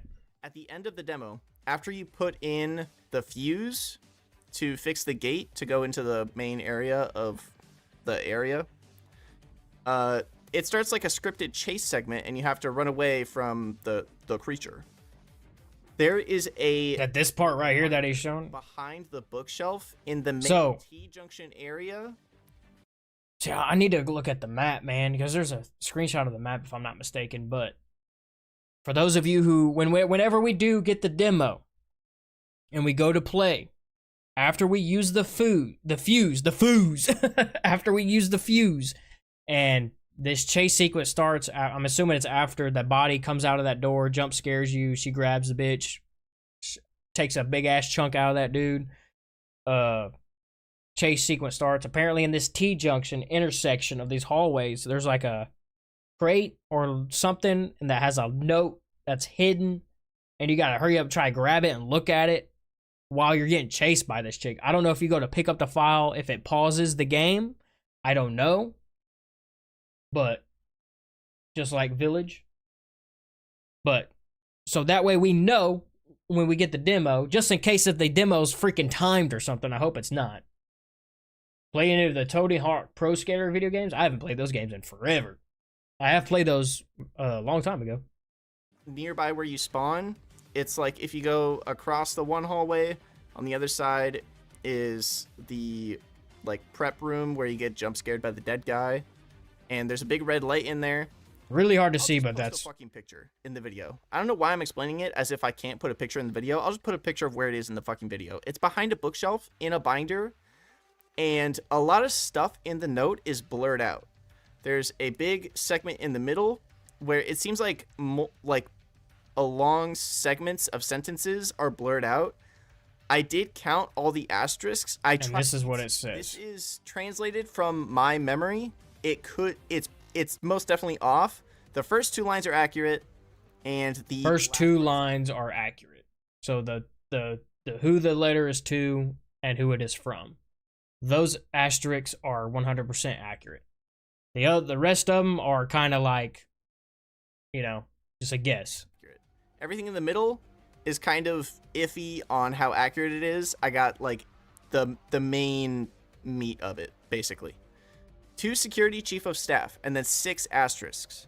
From 7 asterisks.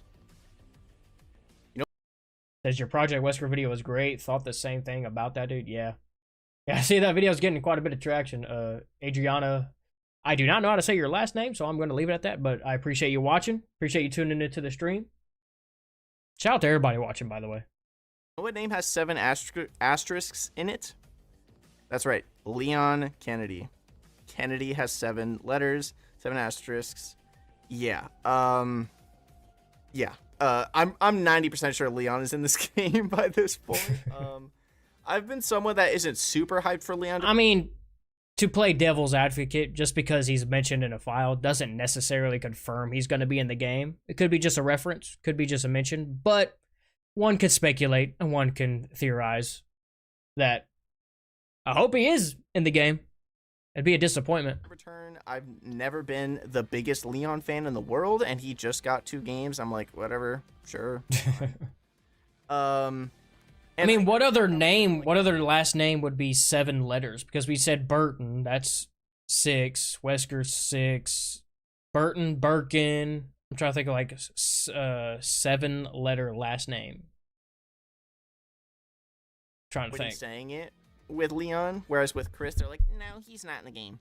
But with Leon, they're like, oh, we can't talk about that. You'll have to wait and see. To me, combined with that behavior and this note with the 7 blurred out letters from blank, I'm 99% sure that Leon is in this game. And I'm 99% sure that Grace is the playable character in the Rhodes Hill section of the game. Leon is the playable character in the Raccoon City segment of the game.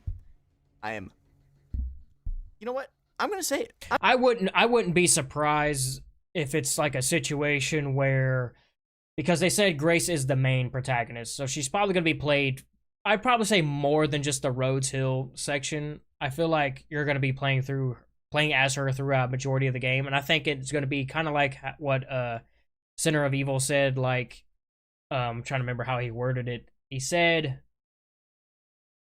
I can't remember, my mind's blanking. But essentially, I'm thinking like it's going to be a situation where, yeah, he said it could be Leon could play a similar role to like what Chris did in Resident Evil 8. I hope not. I hope it's a little bit more because I feel like Chris was just playable at the very end of the game. But I wouldn't be surprised if it's a situation where, like, how in Resident Evil 2, like, Leon gets shot and then you kind of take over as Ada.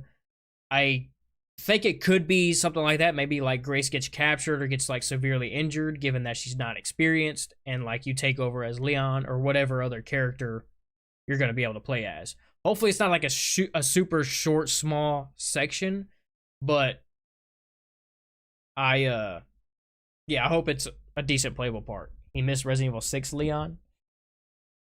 Yeah.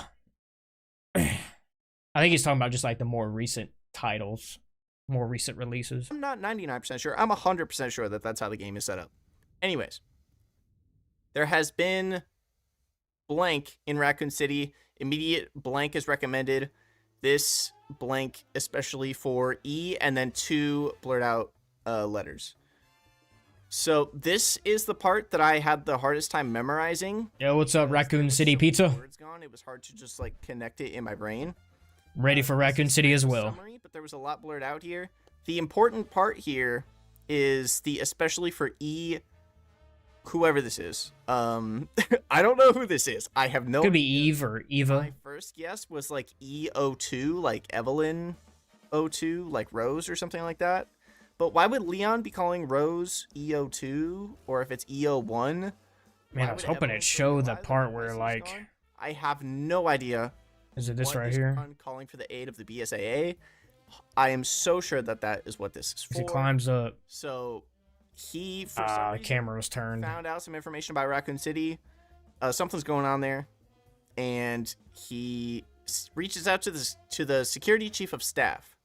I'm presuming he's reaching out to the security chief of staff for the BSAA, but he could be doing so because it was in third person when it showed it. This is just in first. Oh, here we go, third person. If it's specifically bioterror related, Pretty sure Jack's bar from Outbreak was in the first trailer. I have a video if interested. Oh, really?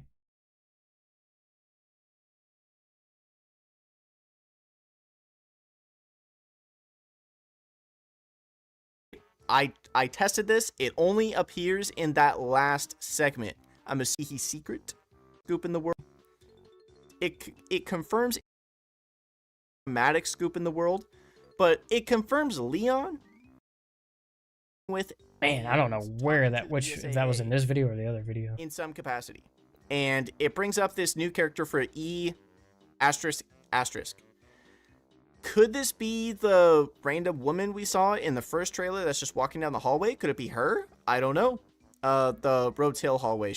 It's just a random shot at the end of the trailer. Nobody knows who it is. Nobody really talks about who she is. It could be her. I don't know. But yeah, those are like the 3 main things. Yeah, there you go. You have a video on your channel? Raccoon Shitty Pizza?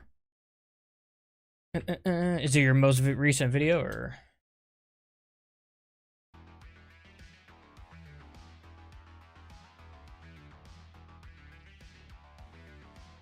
Yeah, man, there's 2 hidden files in this game, in this demo.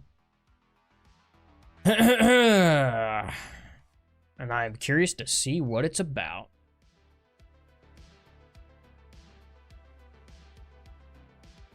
Five videos ago or something. Okay.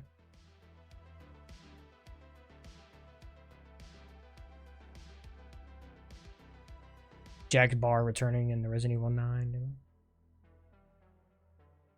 Hey guys, Raccoon City Pizza here, and today I want to talk about something that I don't think anybody else has brought up yet, and that is this Jack's bar from Resident Evil Outbreak and the Resident Evil 9 Requiem trailer?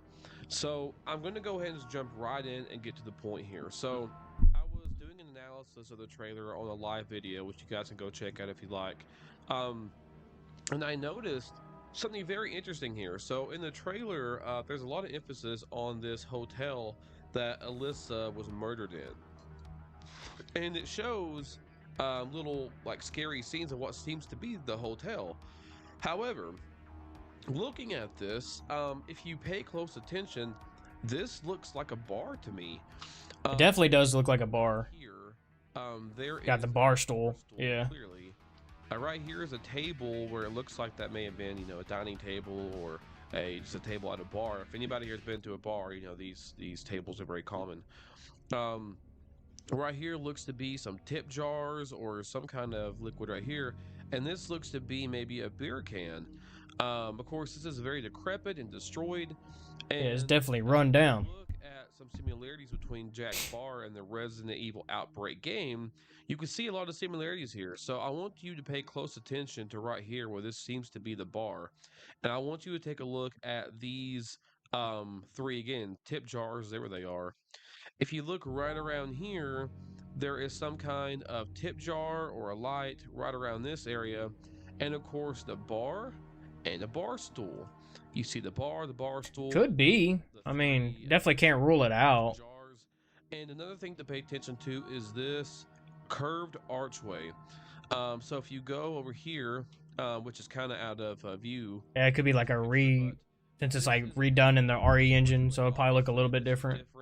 But you know, if you have played any of the remakes, you know that they do not keep the architecture 100% the same. They do change some things, and I could definitely see them opening up an area, which they always do, right back here. It's kind of hard to tell what is behind here. It looks like that might be a door that leads behind the bar. I'm not quite sure. This right here looks like some kind of like crime scene. Those little you know, like things they put down in movies and shows in real life. I just don't know what they're called. This looks like some kind of police, you know, like do not crossing type of line here, maybe. I don't know.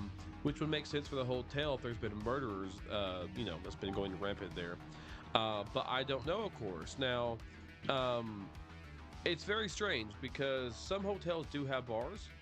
And it's, you know, we don't really know yet if the hotel that Alyssa was murdered in, if it was in a whole new location or if it was in Raccoon City. Right. My theory is, what if the hotel is in Raccoon City? That's what leads Alyssa there, and maybe she goes and checks out where everything began for her for some reason. Maybe there's a reason, I don't know. Here at Jack's Bar. And if Capcom is doing a Resident Evil Outbreak remake eventually, they could kind of use this as a basis of, you know, well, recreating it in the RE engine before it was destroyed by the bomb in Raccoon City. Yeah, I mean, they've done that before. Because this place has obviously been abandoned and destroyed for a very long time here. But who knows? Which I kind of beg the question of why are we going back to Raccoon City to begin with? Like, if Grace is going there, which it seems like she is, then why are we going back? The guy from the trailer said that she needs to go face her past at the hotel. So it seems like to me the hotel is in Raccoon City. That Alyssa went there, Grace is going there, and that's why we are going back. And it would make sense to see this this bar again. So that's about all I really had to say, guys. Let me know what you think in the comment section. It's definitely a possibility, because my first initial thought was like maybe this was like a bar in the Rimwood Hotel because something happened there. Obviously now we know that Grace's mom Alyssa dies in the hotel, so maybe that's what the crime scene and stuff situation is. I don't know, it could be Jack's Bar. It's a very similar looking bar, to say the least. So good stuff, good video. Leave a like, I'll subscribe to you, man. What is more interesting that in the recent trailer, hotel was intact. We've learned that the hotel isn't in REC recently, but this place is ruined and destroyed. Yeah, it's interesting. It's interesting. Oh man, there's so much I just want to dive into this game and unpack, and then we just gotta wait until whenever. Thanks for Starlight Share. Yep. But hopefully we get this demo at Tokyo Game Show September 25th. That'll go down, and hopefully they drop the demo for us so we can play it for ourselves. I'm curious to see what these two files are hidden in this demo.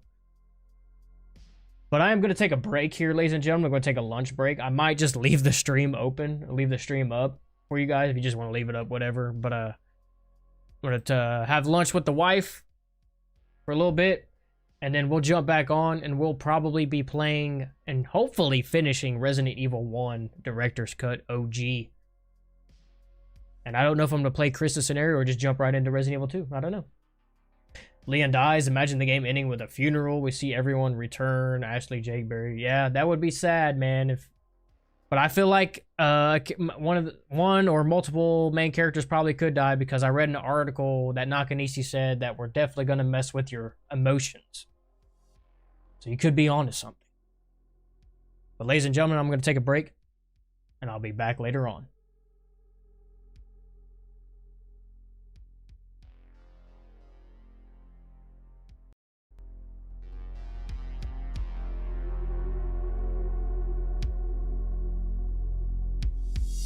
If Leon dies, I die. I see your shit, brother. Stick around, man. We'll be back. Don't go nowhere. Leave the stream up.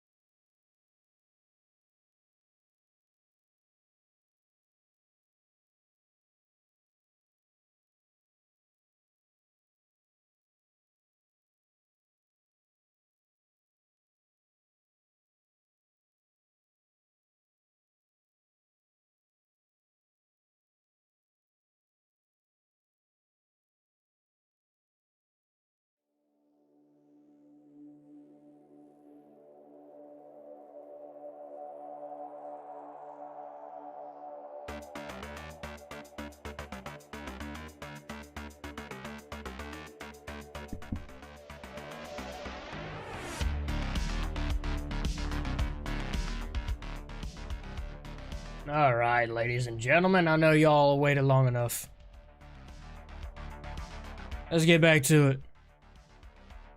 Let's get back to it. We're back. Chronos is a banger, by the way. Game is also humbling me to the absolute core. Oh yeah? Is that game out already? I've seen a few things on it. Isn't it like Dead Space and Resident Evil mixed?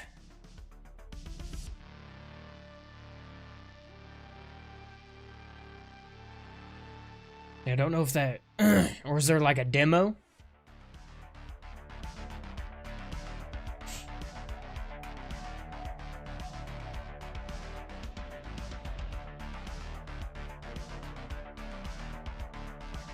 Yeah, Dead Space and Resident Evil mixed together, bro. That sounds awesome. And isn't it made by Bloober Team? Like the same people who did Silent Hill 2 remake? Let's see here.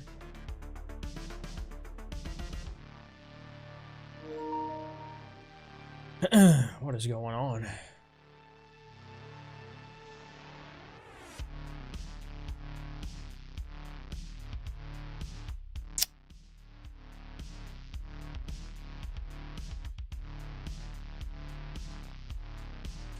What in the world?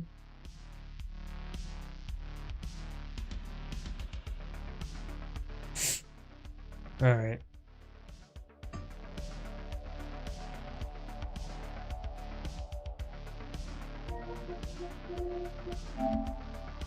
Do you have to pre-order Chronos to get the demo?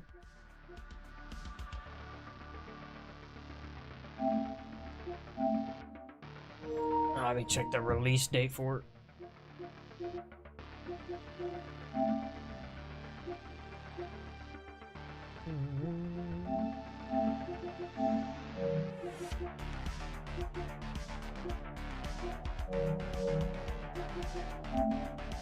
Chronos.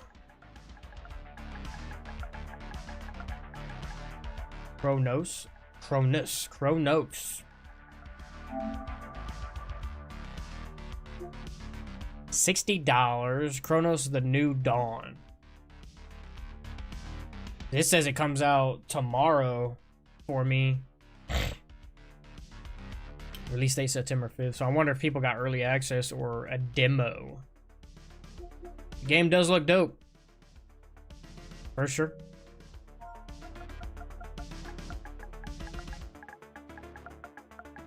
Games are just so expensive these days, man.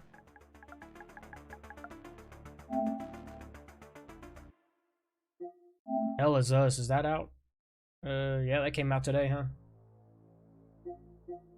$60. See, someone tried to say it wasn't a full price game. I mean, just because it's not the $70?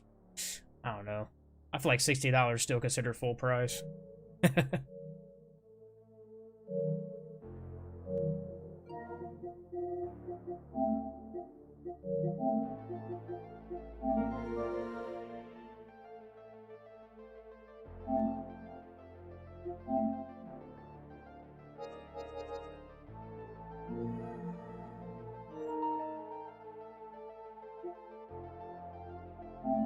All right. What is this?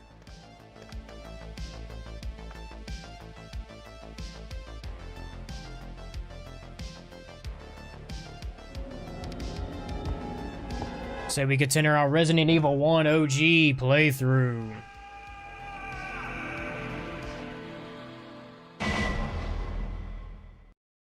Resident Evil.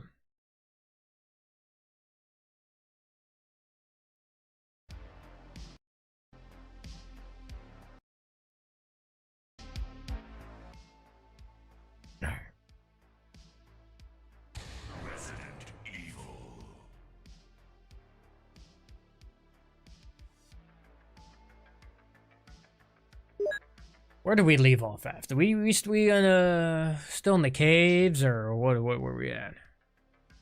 Try to remember where we're at.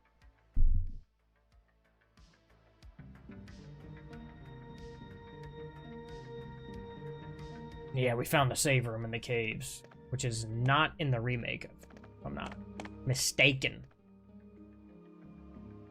Get this bluer, we might need it.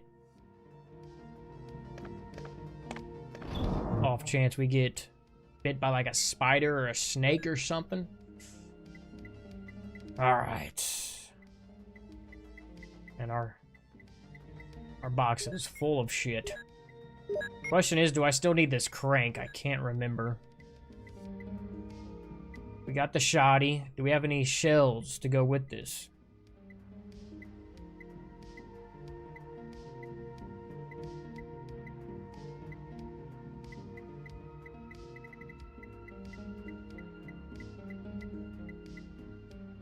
I don't think we do.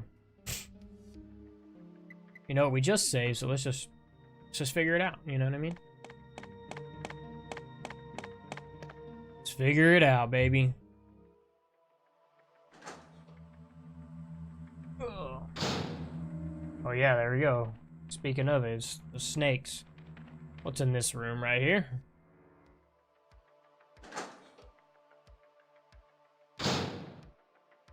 Okay, yeah, we just killed that spider.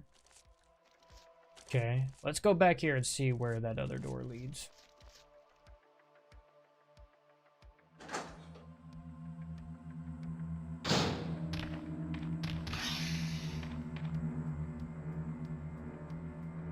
Let's see where this leads.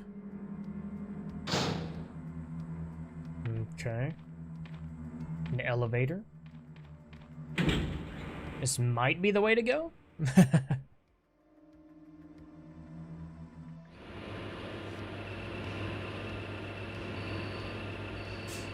This might be the way. I don't think I have the other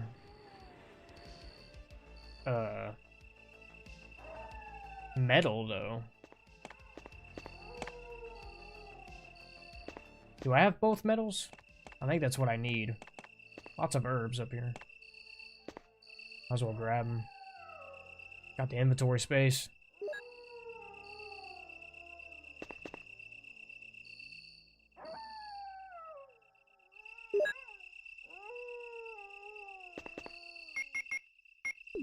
I don't know if I should mix those yet.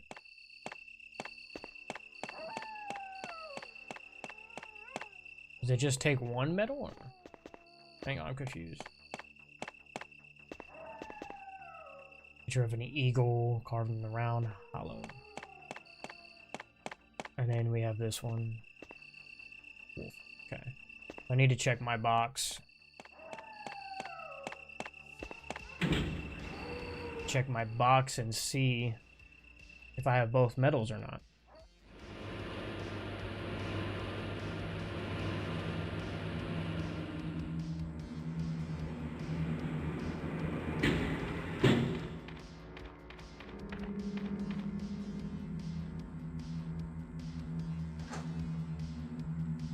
Trying not to get by bit by these snakes. I don't think this is the right door. Shit. Was not.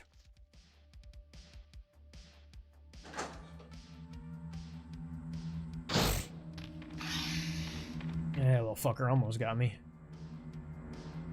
Little fucker almost got me. Okay.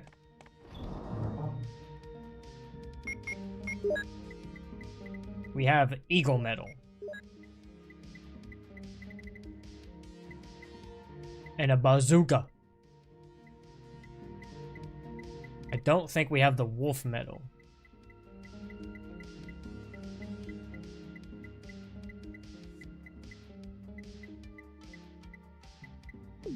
I'm just gonna wait until we get the wolf metal.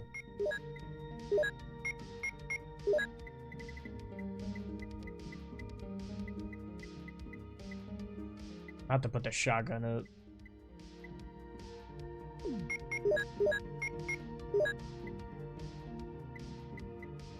Lots of flame rounds.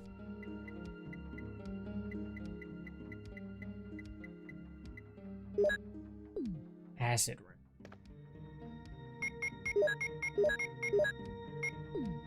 Should we roll with acid rounds or should we roll with the regular?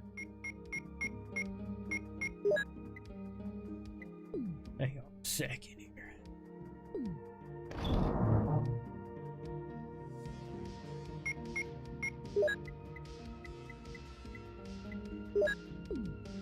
Also got the Magnum.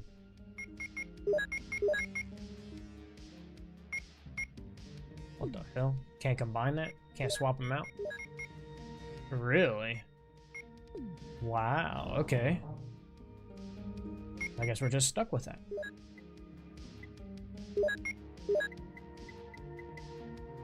More Magnum rounds. Holy shit, can we combine those?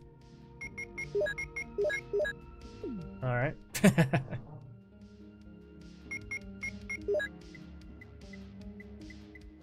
Got 2 combat knives.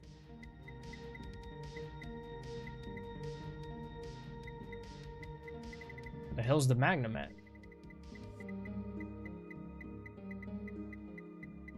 There it is. I should probably save the Magnum for later.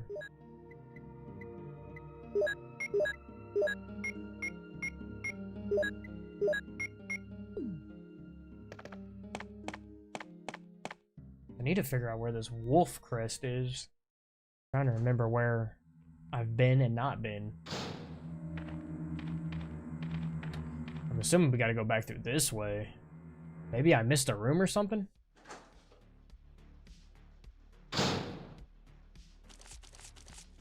Not in here, is it? No.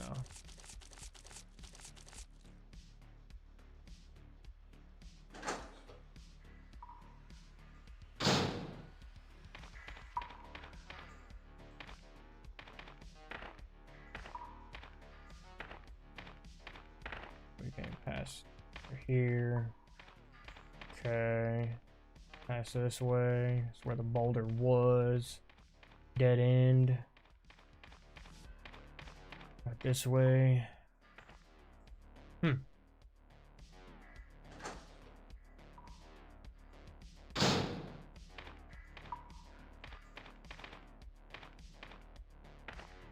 I wonder if we use that crank again, if it'll turn it more like in the remake.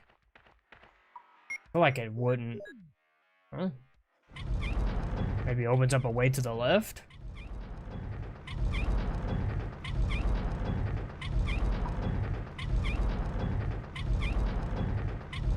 Oh, still gonna turn. Okay. So it's not like in the remake where it has a path to the left that opens up. Well, why would you want to do that? I just... Okay. Can't use it here. Fantastic.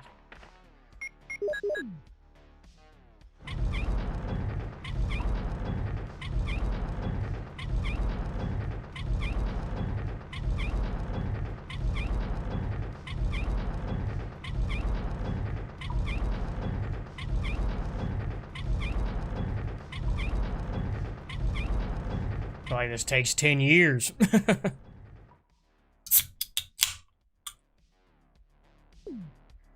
Fantastic. Making sure I didn't miss any rooms. I'm trying to think of like, where do we go to get that?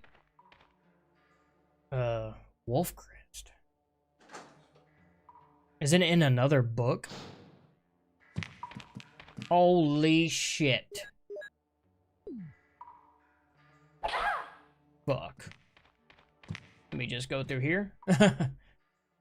I should have got the Magnum because they one shot with the Magnum. Okay, what's back here? Okay. What is this? Power generator, but does not seem to work.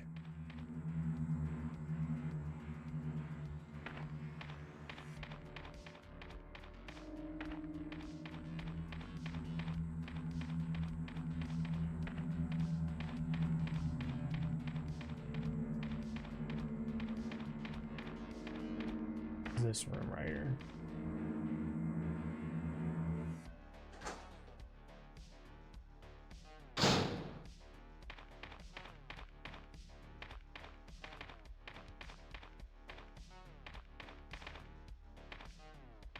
Okay, that's where Enrico was.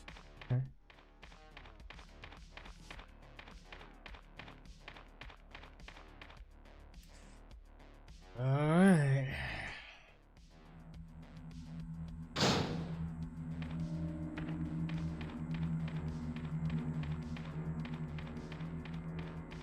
I like just heading back to where I was.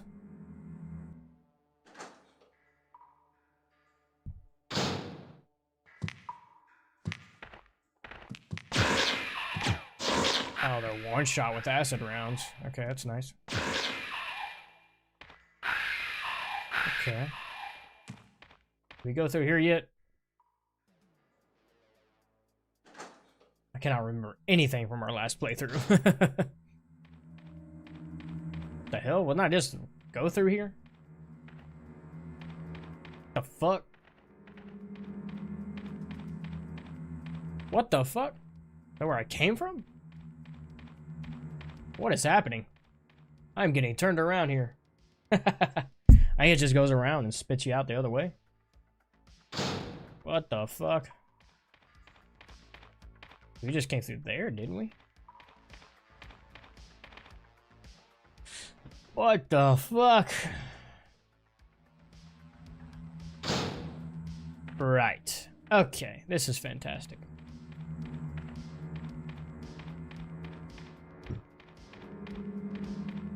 Because that just wraps around. Okay. This is fun.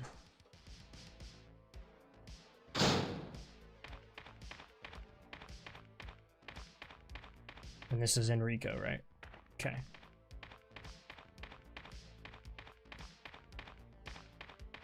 Lisa, Trevor, and RE9. Could be.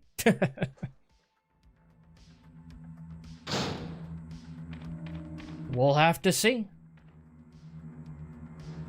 Let's see.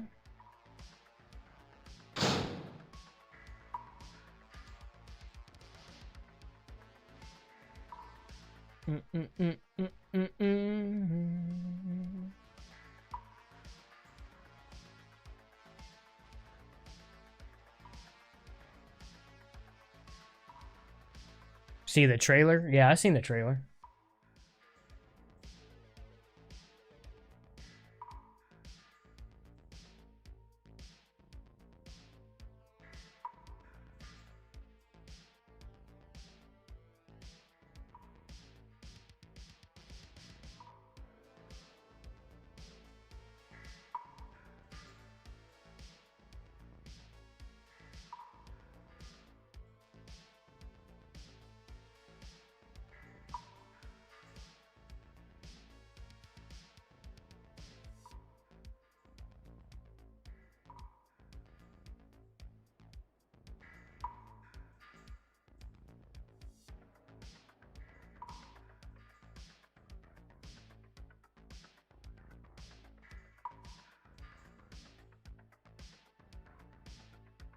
Who else could possibly be in shackles and white dress? Yeah, I mean, it begs the question, you know.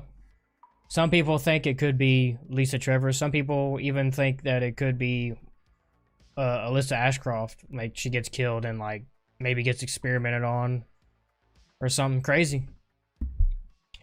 Middle.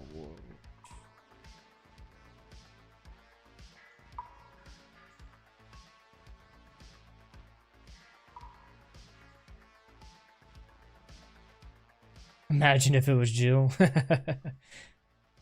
That would be wild. Examine the side.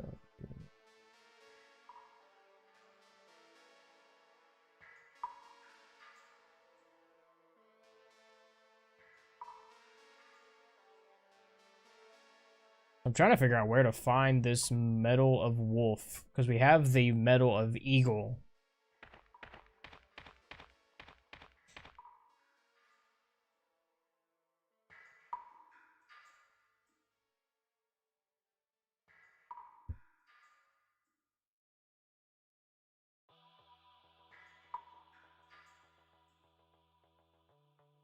Be a chef kiss to the OG fans if it was Lisa, right? Would be a crazy callback. We'll see, though. I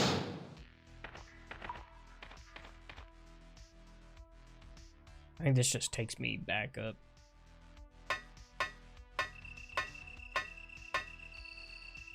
Yeah. We gotta go down here. Gotta go down here. It says the Wolf Crest is in a secret room in the tunnels beneath the courtyard. Courtyard. Within the tunnels, which is where we're at now. We're in the tunnels now. Yeah, courtyard B1. I've looked in every room. I haven't seen the Wolf Crest. There's the typewriter. Doesn't give us any ribbon right there. That's fine. Have you played the VR mod for RE2 PS1 version? I have not. I didn't even know that was a thing. They have a VR mod for the OG Resident Evil 2?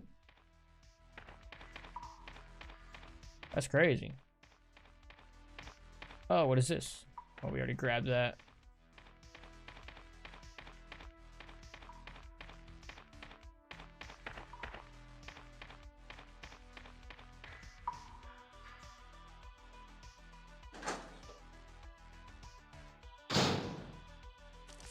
Fought the spider. We came through here, and this has like 2 or 3 different rooms, but they wrap around with that big ass hole in the wall. Go this way. Snakes just spawn out of nowhere. Gotta love it. This is the save room. Okay. So. Let me double check to make sure that this metal is not... We don't need the crank. Got that Mo disc. Nothing, nothing, nothing, nothing, nothing, nothing. Go back down here. Got the Eagle medal. Make sure I do not have the Wolf medal.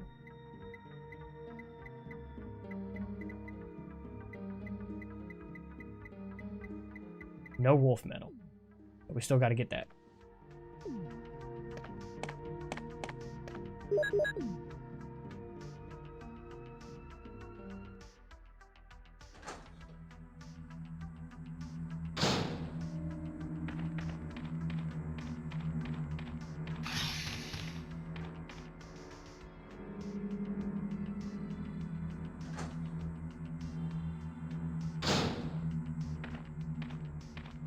And that goes up to where we use the metal.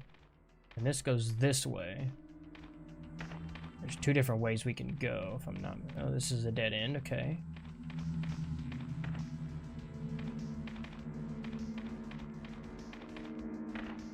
Another boulder that's stuck. Does this boulder move too? Oh, okay. That's nice. Holy shit! Okay, I was wondering what was going on here. Looks like a map too. So we do need the crank to turn this, huh? Shit.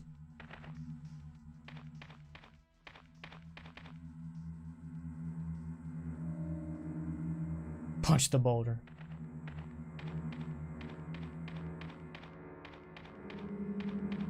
Alright, let's go back to the save room. Get that crank. I had a feeling we were gonna need that crank again, but it... Alright. If we was Chris, we'd be punching that shit. We'd be punching that boulder.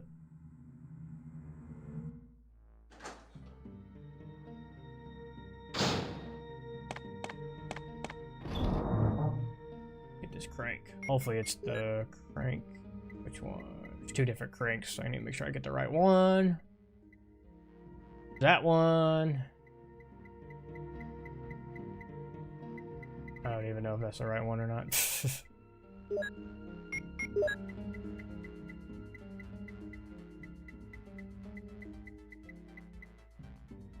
I guess that one.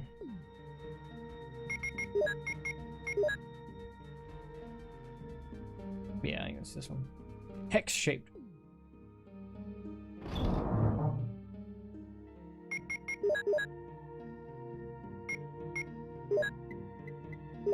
I've never played 6. What happened to Wesker's son's story end? Oh, if I'm not... Honestly, it's been forever since I played 6. I played it like once when it first came out and never touched it since. Yeah, I want to say that it's kind of just... Have you saved Barry yet? I have not. Yeah, I can't remember how Wesker's son, Jake Mueller, whatever. I can't remember how that ends, honestly. Alright. We just got that last boulder. We're about to put the crank into this to open up this secret pathway, if I'm not mistaken.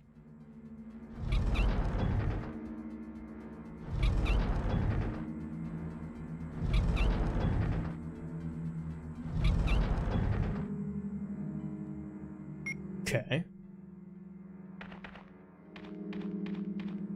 And that's just like a dead end. See what happens if we turn it again.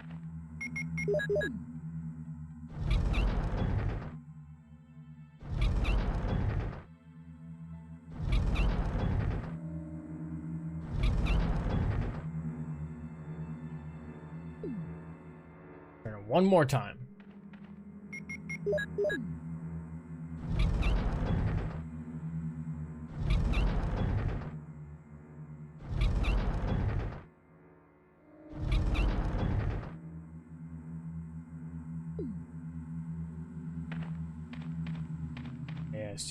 Secret pathway. Okay, let's double check this back here. Make sure, yeah. Okay, another Mo disc. All right, we got 2 of them. How many do we need? Is it 3? Or is it just 2?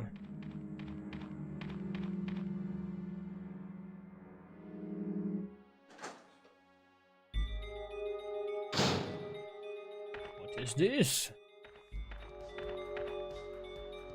What the fuck? Do we need another crank? Okay. There's a hexagonal hole.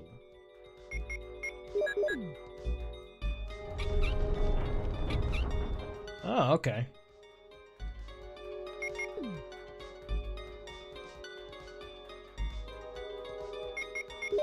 Here we go. Close that back up.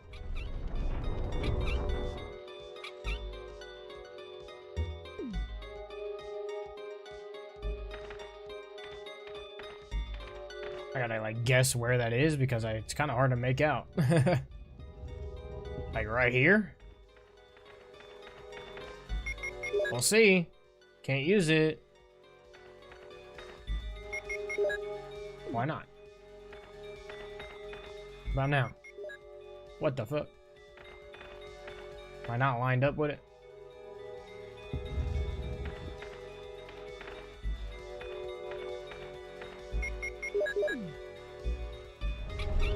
There we go.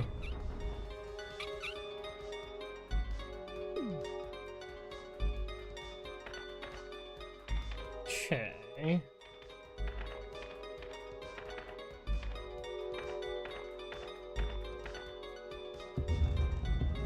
So we gotta push it to over there to the wall or something?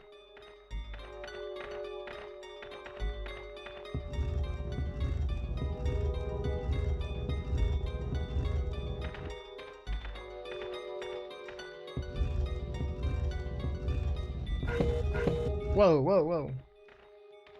Did we fuck it up?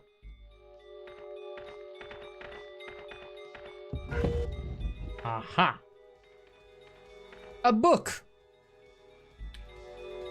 And now we should have both Wolf and Eagle. Ba-boom!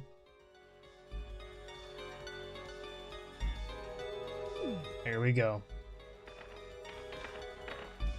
We got it. Now we can move on finally. Okay. No more boulders gonna be moving, right? Right here. This way, this way. Here we go, here we go. We're going up. We're moving on.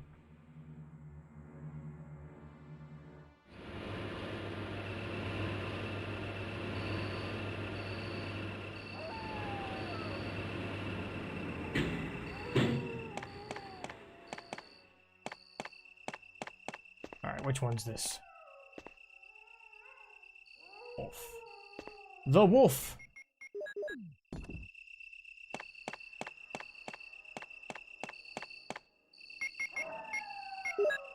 Oh, come on. Gotta be right on it. Open it up.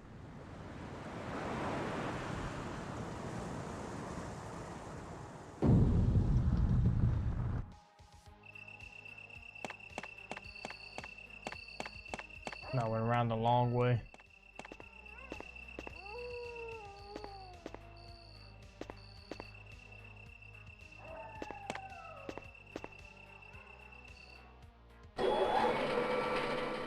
Takes us down to the lab, right? The laboratory.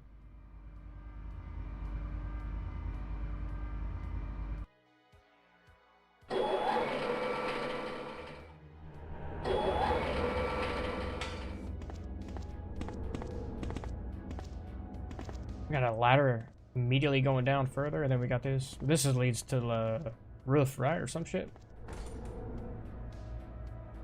The helipad or something? I can't remember. What does it say on the right side? Will not open unless under first class emergency. Alright. Going down. Deeper. Descending deeper into hell.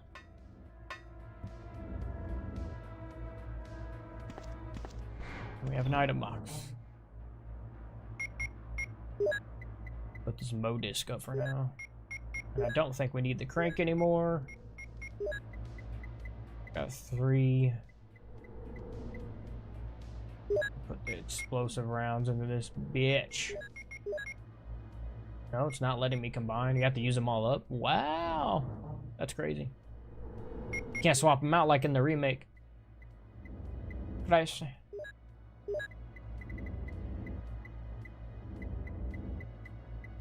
Okay. We'll see how it goes. I think we're getting close to the end.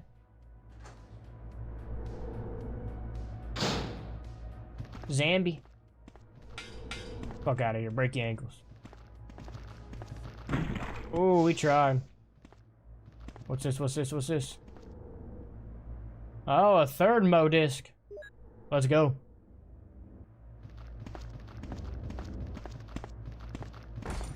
Ooh, it's locked.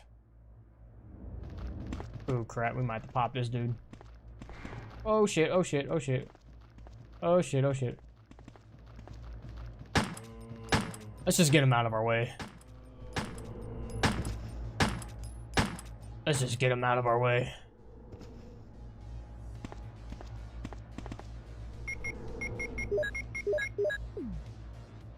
Okay. So we got our 3 Modis. I should have threw it right in that box right there, huh? Maybe we need all 3 of them down here. I can't remember. A naked zombie. Whoa. Holy moly. I'm gonna get demonetized before I get monetized. What's going on here? Yep, and I think we need the Mo discs right here, if I'm not mistaken. Yep. Okay. Can't use it here. Oh, we gotta do something else first. Passcode on the panel. You do not have the passcode. Okay, maybe that's something else.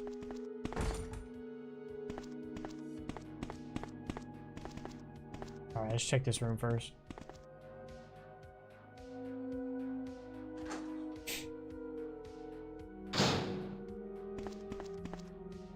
Dark in here. Researchers late. Dear Ada, by the time you read this, I'll be something different. Password is, what is that?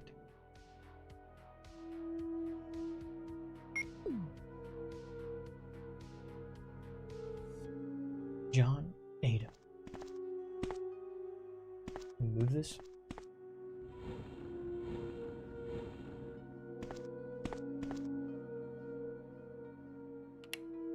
Whoa, it's blue.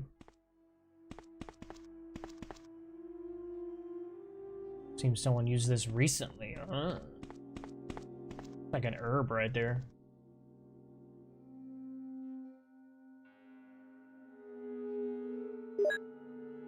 Fuck it, we'll take it.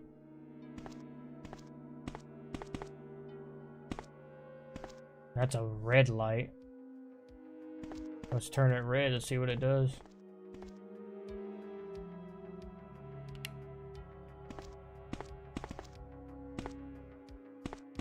Okay. What'd you think of RE8? I didn't mind it. I mean, it's kind of out there. Super actiony. This is a fun experience, though. Tree, apple, man, woman. Okay. Does it change when I turn off the light?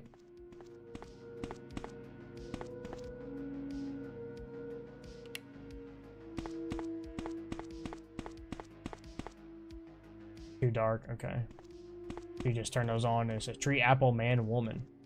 Interesting. Tree, apple, man, woman.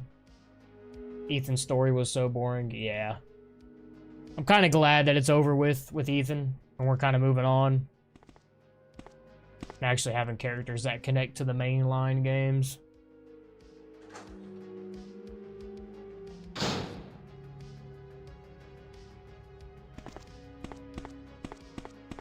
Let's see what this is. Electronically locked. Alright.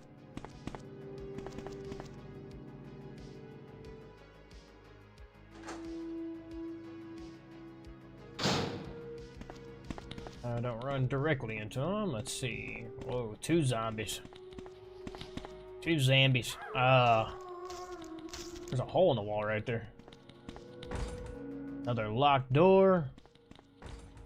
Power room. Alright, well. Let's see what this is. Finally, an unlocked door. Good thing they just made his daughter grown a DLC instead of a full-fledged RE9. Yeah. It's kind of weird, though, if you think about it. Like, they kind of jumped forward however many years for the DLC, and then there's kind of, like, abandon it. Unless eventually they decide to come back to it. I don't know.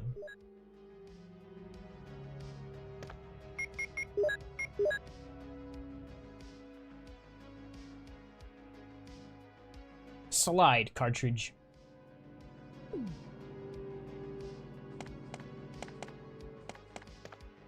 Various devices and chemicals.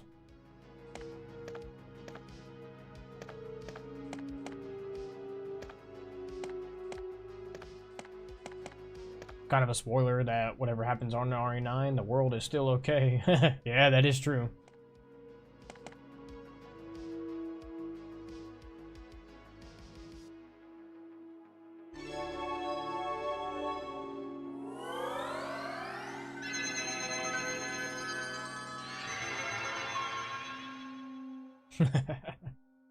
That computer boot up. Crazy. Alright, the password should be John Ada, right? Or at the login. I don't know.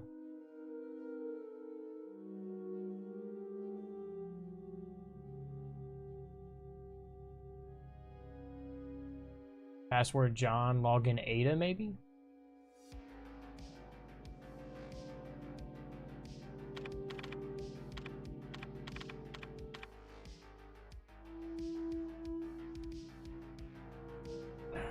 I guess that worked.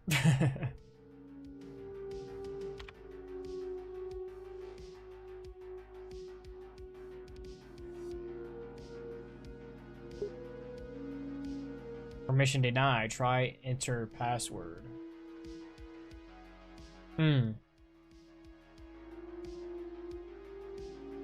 it was Ada. Or is it mole?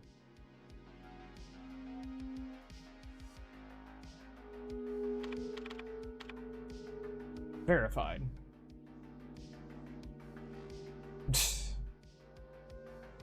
Unlocked. What about B3?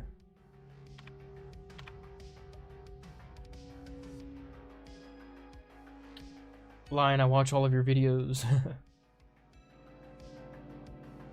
What's up, Sim Alpha? Yeah, he was in here earlier. I don't know if he's still in here or not. Did that say we got it or not? I'm not sure.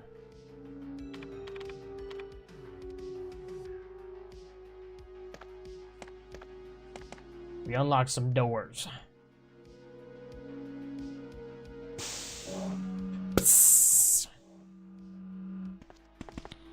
Lots of naked dudes around here, and it's kind of suspicious.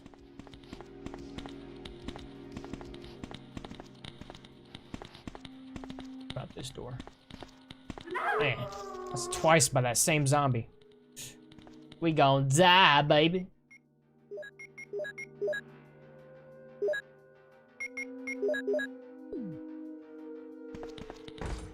Block. What? I thought I just unlocked the doors. Did the B3 not work? Password for B2 is mole. Yeah, we just used that.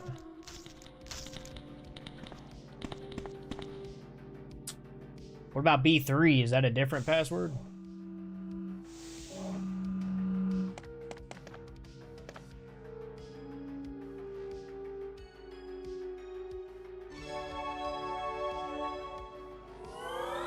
I gotta wait for this computer to boot up.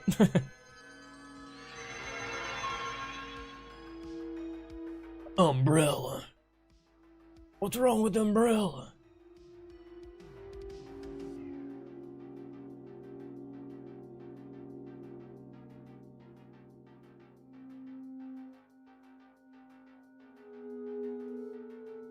It was John and Ada.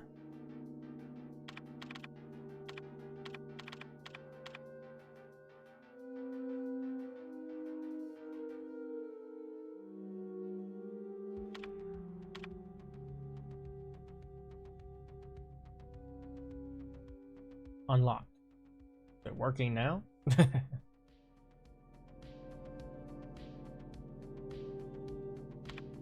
I just went up to that door and it said it was electronically locked.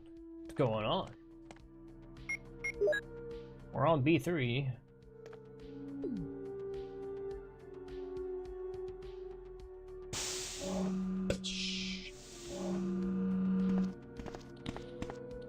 Oh shit. Get away, man.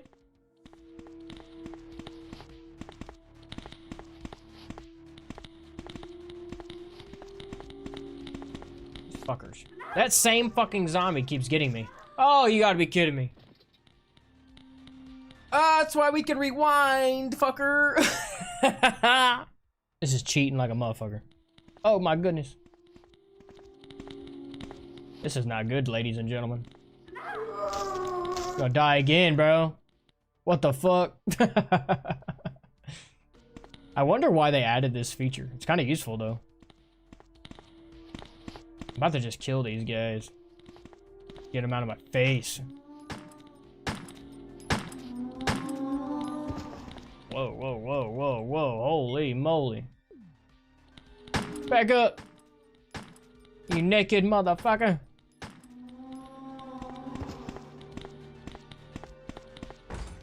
Power room. It's locked from inside. Okay, so I guess we just can't unlock. Go through this area. That's nice. That's nice. We been in here yet?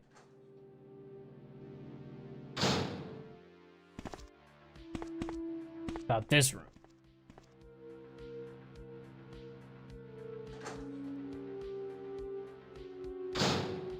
Uh-huh. Multiple. Holy shit. That's a lot of guys.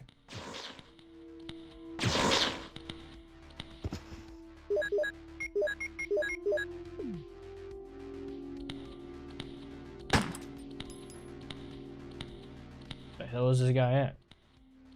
Take around the bookcase. Oh, there you are.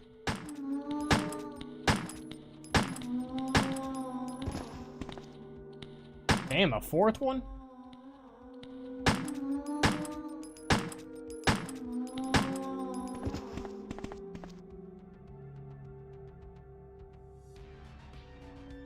I have a Modisc. Passcode 1. Swear by myself, declares the Lord, that because you have done this, yeah, withhold your son, your only son. Okay.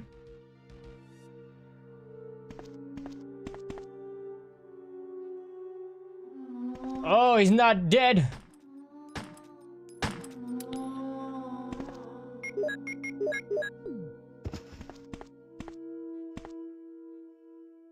Uh-huh.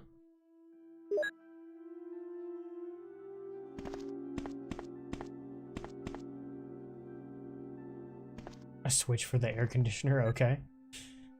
Facts.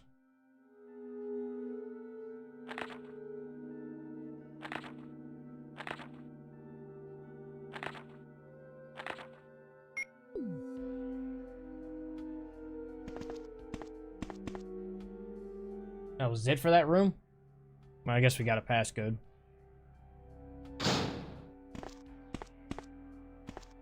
Well, let us put it in. Nice. Alright. I think we go upstairs and go through those doors that we unlocked. I need some health. And some ammunition.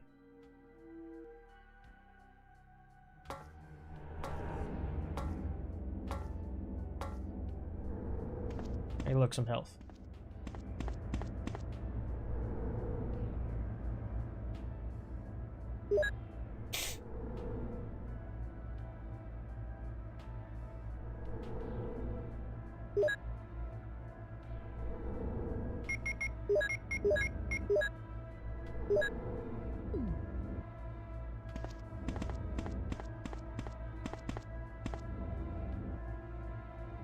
I should hit a box first around that corner. There's probably a bunch of zombies in here. Well, maybe not. Okay. Find 3 passcodes to unlock the door to find Chris. Yes, yes, yes. We have all the modus. We just gotta find out where to use them. A button. Uh-huh. A hidden key. What's written down here? Unfamiliar physics symbols are written here. And we have the cartridge things. We should be able to use that over here, right? A projector. Umbrella, bioorganic weapon official report. MA-39, Cerberus. Neptune. Hunter. Tyrant. Bioweapon Research Institution, R&D staff. We got Wesker over there with glasses, sunglasses on. Alright, so we got that control room key, which is down in B3, if I'm not mistaken. The control key to B3. Let's hit this box real quick, baby. Through this door.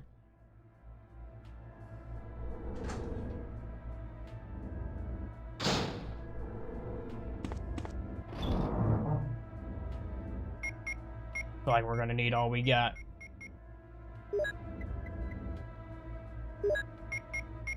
Should I bring the Mo discs with me? Maybe we don't need them yet? Take some water with me. I don't have any shells. I do got flame rounds though. It wouldn't let me like combine the flamethrower, like, because I already have acid rounds in here. Like, it's not letting me combine. I really got to combine the gun with it. Yeah, it's not letting me combine. That's weird. I don't know if I should bring the Mo disc with me or not. I should bring one at least, right?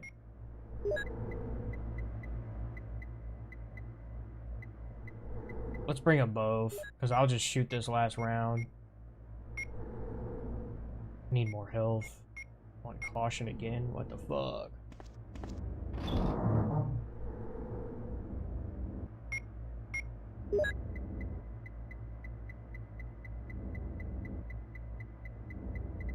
Got a blue herb. I got more acid rounds right here. And a green herb right there.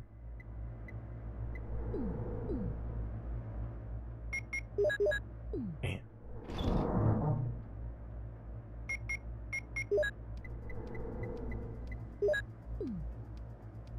Okay. Let's roll. Let's roll.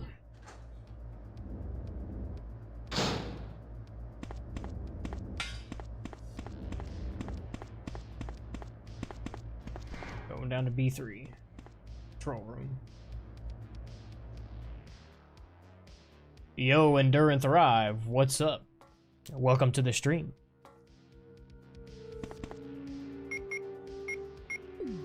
Alright, we cleared this area out, so we... Oh, no, we didn't! There's one left. Oh, my goodness, another one. Lab key. Alright. Discard. Whoa, whoa, whoa, whoa, whoa. Whew. Ugh.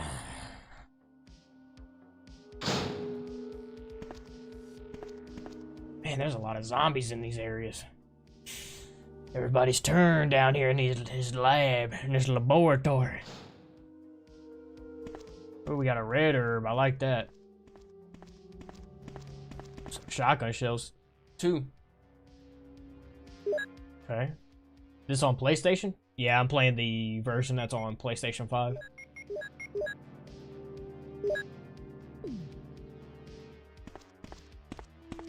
What is this? Okay, this is new.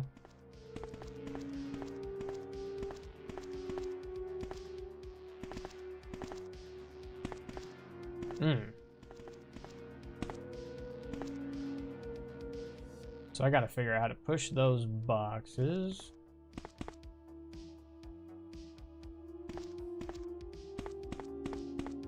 Trying to be smart here, use my brain.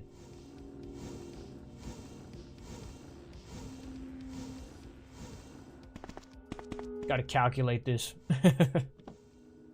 Oh shit! So you can't go over the button. That's why you gotta rewind, bro.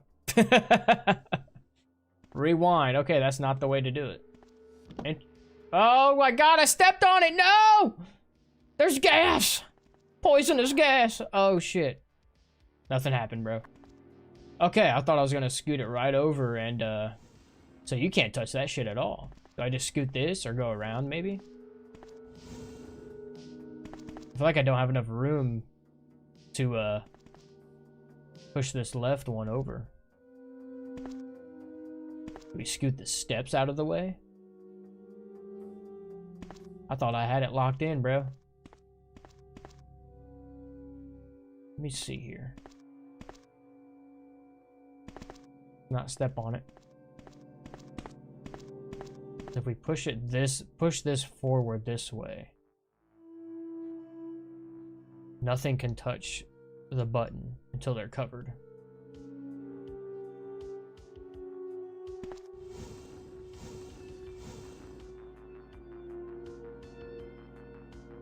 That's not gonna work.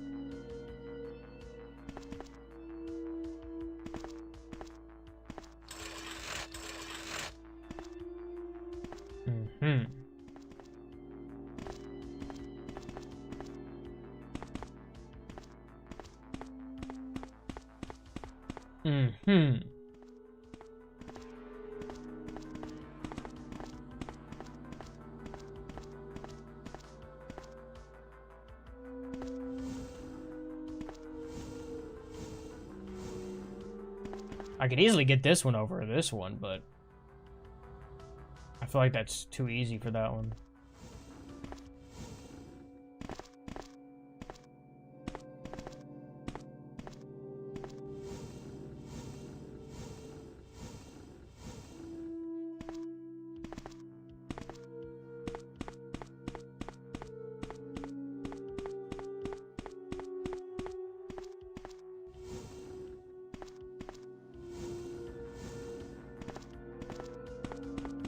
Don't step on it.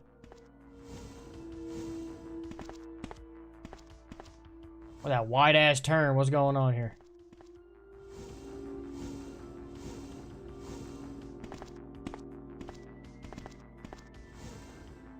Oh no. Oh no. Oh no. Whoa, what's up with the wide turn, man? Okay, I got that one on that one, right? Oh shit, don't move that on the button yet. We're not ready. Swing over here. We should be able to push this one on this one. Right? That's good, right? We're covered. Boom, just like that, baby. We got it! We got it! Alright. There we go. We're so smart. Something shiny. Oh, backgrounds. I was hoping I could use one of these Mo discs.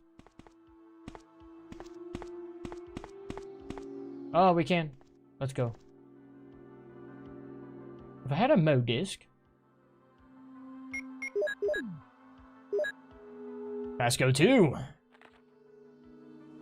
Truly press you and make you send it to numerous as a stars in the sky and Genesis 22:17. Awesome. Ba-boom. And this unlocks this on the other side. Okay, but the question is where do we use this third Mo disc? I feel like I've done everything.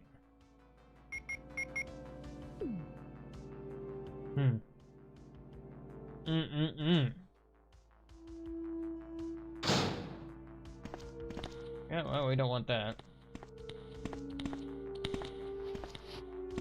Oh, you turned the wrong fucking way. Alright.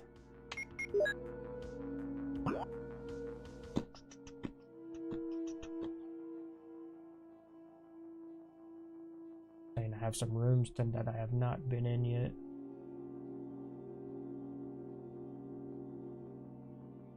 Okay. Okay. Okay, man.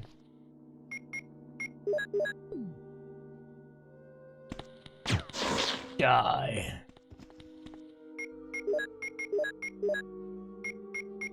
Oh, I carry 6. Alright. Man. Where do I go next? That goes that way. That leads to the cell that Chris is in. And they go back that way. I don't know if that door is locked, but it has like a room that's further, which I'm assuming that's where to go. But we were just there. Did I miss something in that room?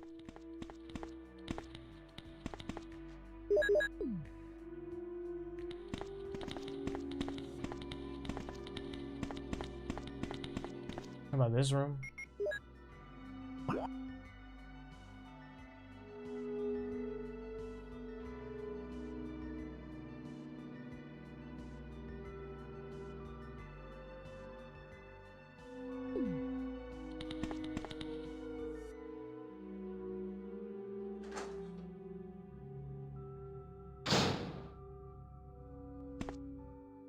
Okay, yeah, we didn't check out this whole area. Alright.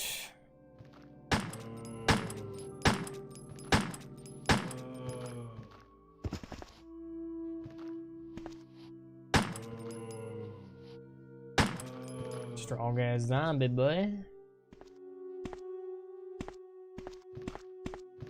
Where's that way? Where's this way?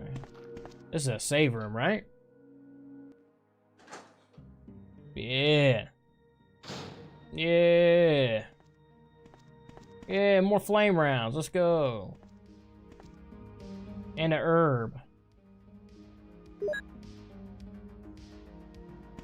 Yeah.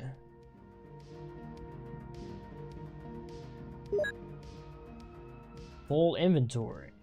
Holy shit.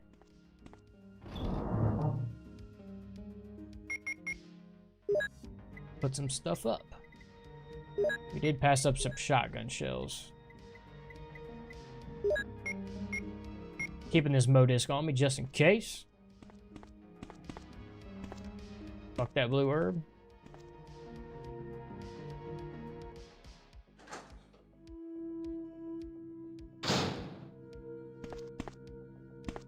If we can go this way.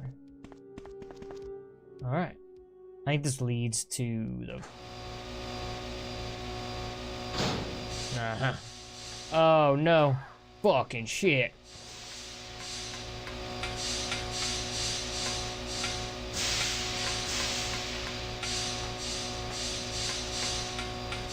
Is the Modisc in this area? Holy shit. Oh, what's this?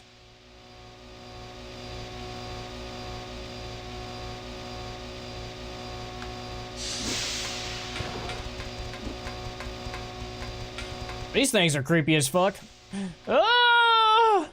It's so fast. Is this a dead end? Oh shit. Oh shit. What's this way? My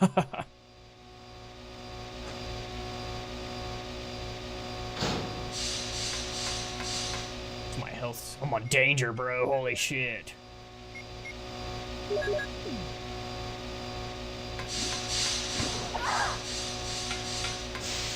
I don't like these things. A dead end?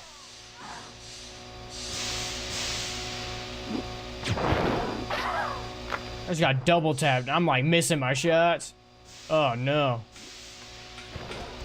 Bitch! Damn, it didn't even kill him.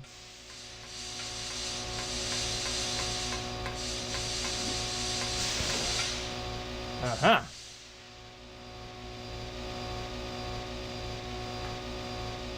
I'm on danger again. I'm gonna have to rewind this bitch. Alright, we're about to get insta-kill. Watch. I'm out. That's not even killing him, bro. That's crazy. That's all there is in this area?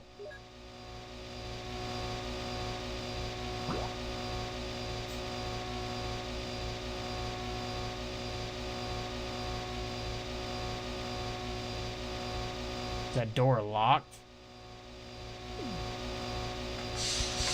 These things are strong. Fuck. They rewind this whole area, bro.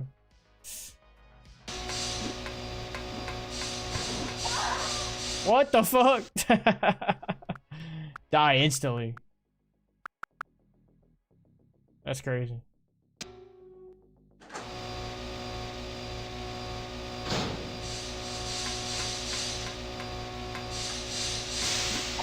Man, dude, that thing's tag you up. So this restores power to some areas.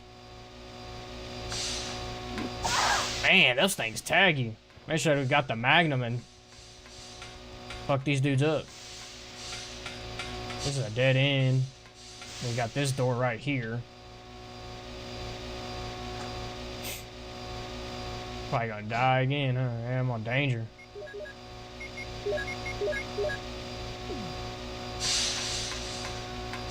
Well, I guess not even the right way.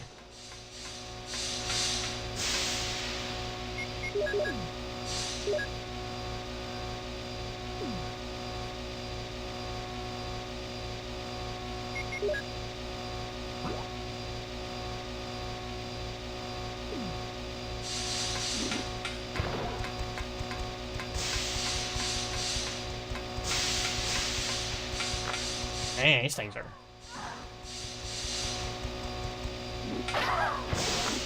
Eesh. Go to the door. What is this?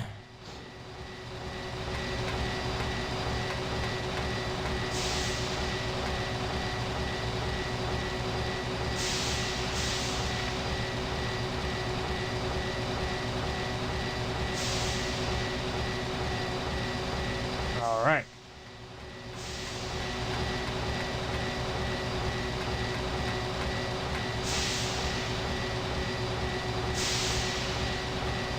triggering system.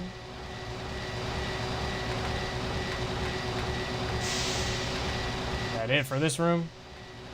Now we gotta go back. Try not to die.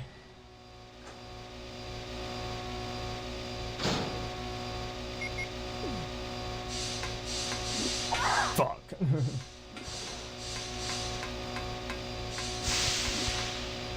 Those things suck.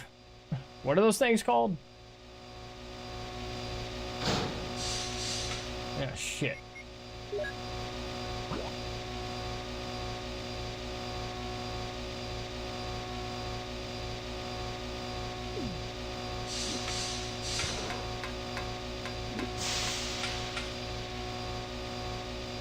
We got all the passcodes to get Chris out, and now we need to move on.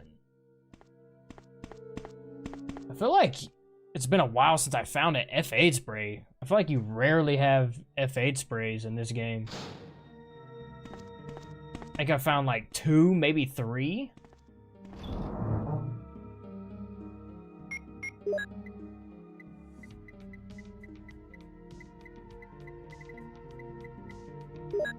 That's green herb.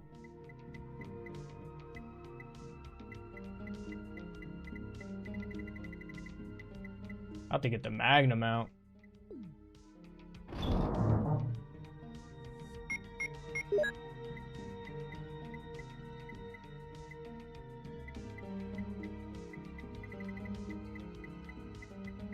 Where's the Magnum there? Colt Python. Magnum rounds for days.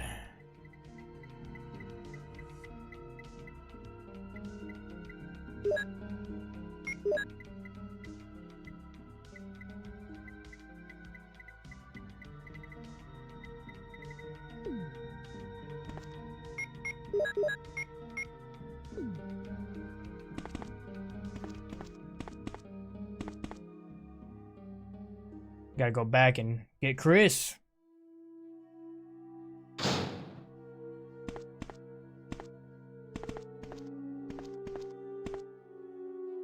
Not through here.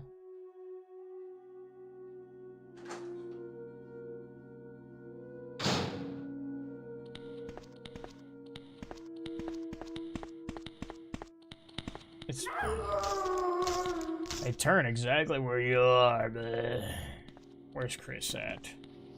I could have sworn I killed all of these zombies, and now I'm back on caution. Or danger. I don't like that. You gotta turn this way? Yeah, they turn right towards you, huh? Wow! So how do I go from fine to danger? We're gonna pretend that didn't happen. I thought I killed all of these zombies, bro. What the fuck, dude? I could have sworn I killed every single zombie in this fucking room, bro. That is crazy. That is crazy. I think they respawn because it knows we're gonna go back to Chris.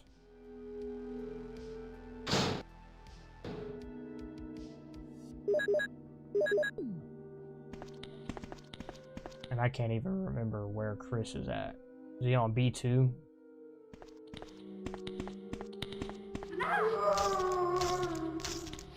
So like I'm on fine, he bites me, I'm on danger, bro. What is going on? That is crazy, because I just healed. Watch him bite me and I fucking die. That's a shocker. What the fuck?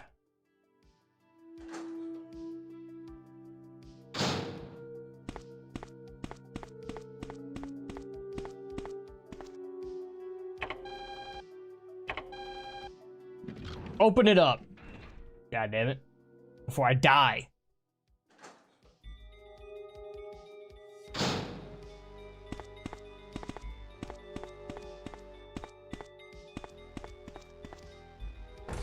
Jill?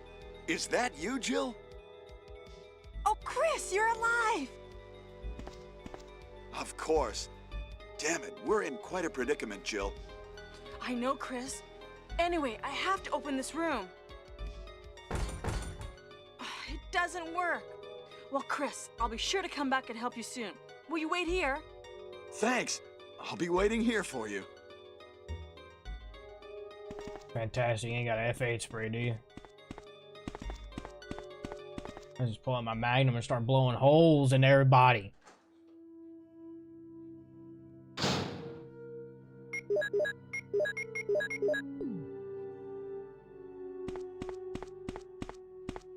We need to go back to where it was, to the elevator. B3 elevator. Fuck out of the way.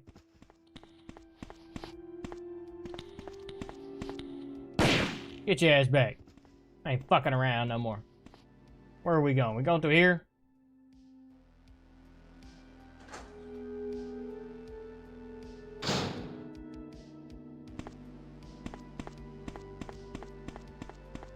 Ain't a zombie right here, is there? Okay. Has no power. I thought I just turned it on. Oh, there. About to say, bruh. There's Barry coming out of nowhere. I was looking for you. Barry. Jill, don't be angry. I wanted you to wait for me. Barry, don't screw up again like you did when you dropped that rope. What the fuck is going on here?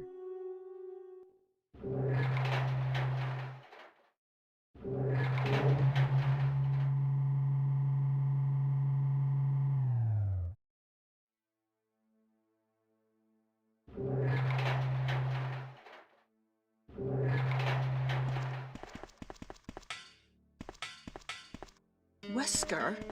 You did a fine job, Barry. Just as I thought. I think you should stay away from Barry, Jill. I hear that his wife and 2 daughters will be in danger if he doesn't do everything I tell him to. You are so cruel. Well, you don't have to worry about anything, because you'll be free from this world very soon, Jill. Why do you have to destroy stars? That's Umbrella's intention. This laboratory has been engaging in dangerous experiments, and recently... Have you played the Akuma mod for PS1 RE2? I have not. ...disaster cannot be made public. That's why having stars nosing about is so inconvenient. So you're a slave of Umbrella now, along with these virus monsters. I think you misunderstand me, Jill. To me, the monsters you mentioned mean nothing. I'm going to burn all of them together with this entire laboratory. I must complete my mission as ordered by Umbrella. Barry, go up on the ground and wait there. Barry! Barry's such a fool. He'll be under the control of Umbrella forever. How come both Umbrella and you can intimidate him by taking his family as hostages? This voice acting is something, bro. Well, I intimidated him, but it had nothing to do with Umbrella. I just used him for my personal purposes, though both you and Barry seem to think I was following orders from Umbrella. So you're planning something else? If you succeeded in developing the world's most powerful biological weapon, what would you do? What if you were in charge? You must stop this now. You're a brave girl. But if I were you, I wouldn't give up such a big discovery. You guys are idiots. No one understands its real value. So, you're going to steal... He really is, bro. He really is. I'm going to show you the tyrant. Show you the tyrant. What the hell?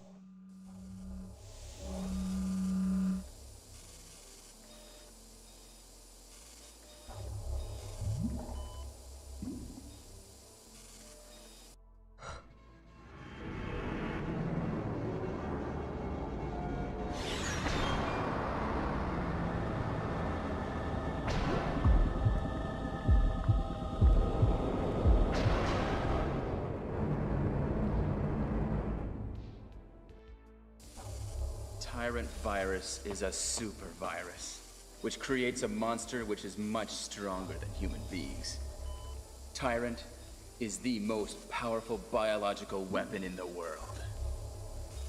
You don't mean you're experimenting on real people? This is really beautiful.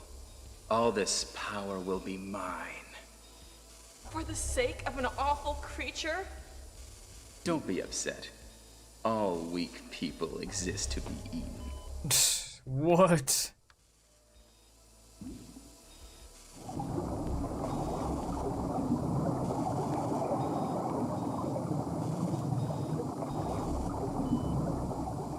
That big ass heart pulsating. Doesn't Wesker like immediately get killed?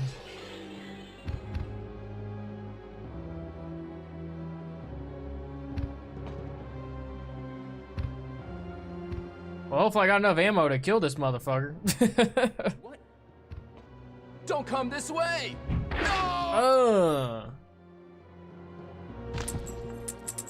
There's a key. Or whatever the fuck that is.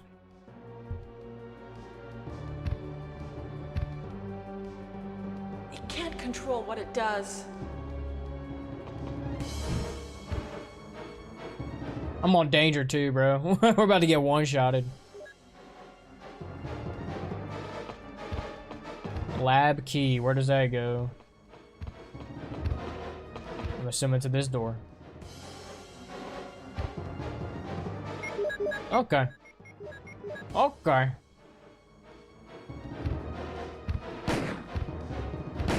Oh shit, he's fast. He's a big boy.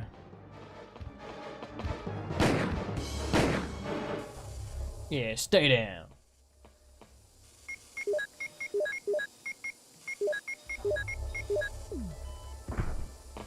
I got a little bit of ammo. Electronically locked. Where's the lab key for then? I need to hit a button or something.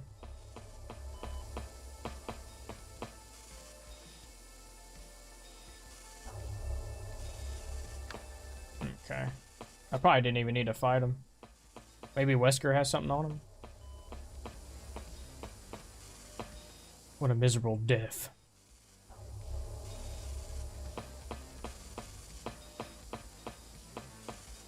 Let's get the hell out of here.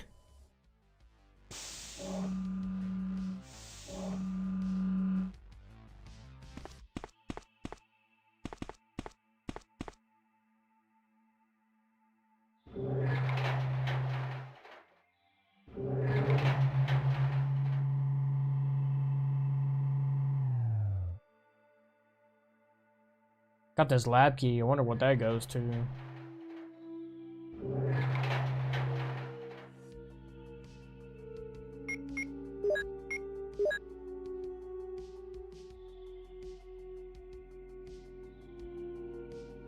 Master key.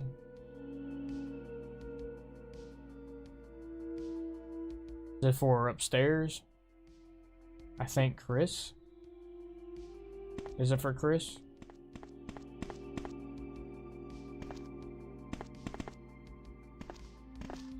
It sucks I'm on danger. I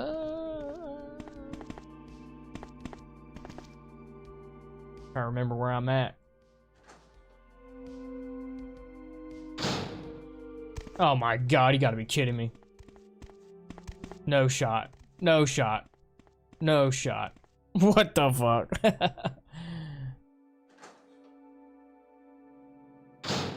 We'll see if it's for Chris.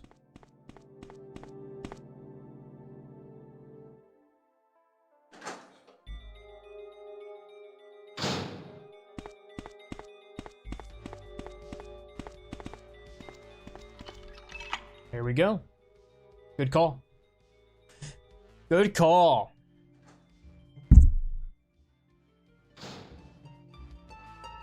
Oh, Jill! Chris, what you doing in here? Taking a nap?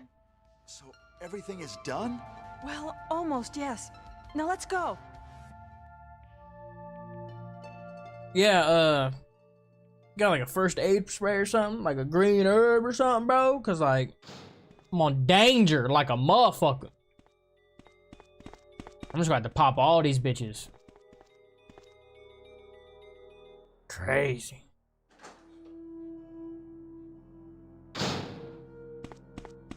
Or is it gonna skip me past all this shit? Let's go. Yeah. So you got a flat top, bro.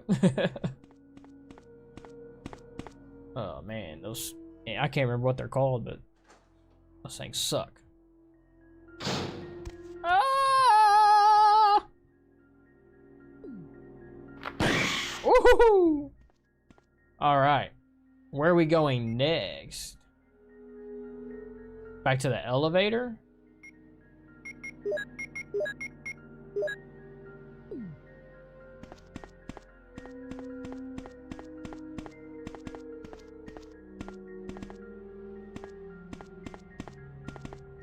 Go here?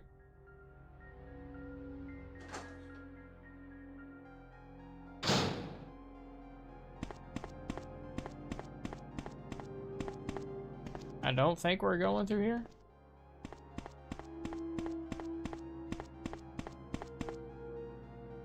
I think we go up top where the emergency exit is. Oh, no, no, no, no, no, no, no! Don't you do it, don't you do it, don't you do it. Don't you do it. Don't you do it. Don't you do it. Woo-hoo-hoo-hoo-hoo!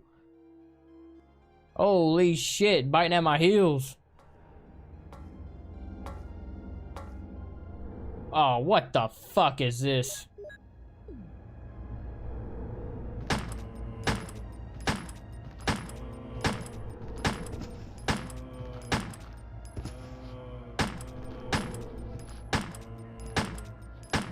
Back up, bro. Holy shit.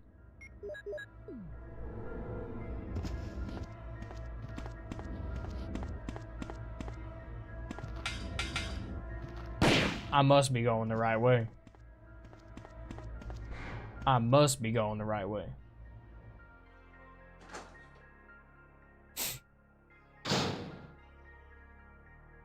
Damn, Barry fucked up. What happened to him? Hi, Jill. It's you. Barry? I'm really embarrassed to see you now. Just leave me. Go quickly. It's over, Barry. Wesker's dead. Is that so? Jill, will you do me a favor? This is my last wish. Bro, talking like he dying, bro. Give this photo to my family. Will you? Sure. Forgive me, Jill. So hard to take it serious. My God! So Barry dies in the original Resident Evil? Barry's picture. My dearest Mora and Polly, I hope you will grow up to be strong and beautiful women and help your mother and father will watch you from heaven. What the fuck? I'm terrified of the fact that zombies become Crimson Heads after sustaining enough damage, so who knows how dangerous they will be in Requiem. Yeah. Especially in that article that we read where he said that he's excited to see the next level of zombies. Let's get going, Chris. We can't stop. We can't stop because I'm gonna open this box real quick. I don't think I have any health. Got a blue herb. I think it's all hands on deck, man. That's an alternate ending. I remember ending where all three survived. I was gonna say, is it like the remake where you have different types of endings? I guess I didn't do something right. I don't know.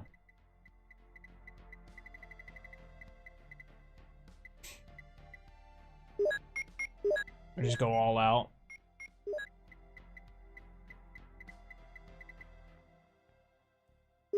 I have to just put the handgun up. I don't even think I need it. Alright, it's climbing. I think we're about to be to the end, the final tyrant battle, right? Chris just teleported right there? Okay. Discard. I can't believe we're on danger, bro. This is crazy. Well, try not to get hit. A lot of the game change scenarios depending on time to get somewhere. Oh, okay, yeah.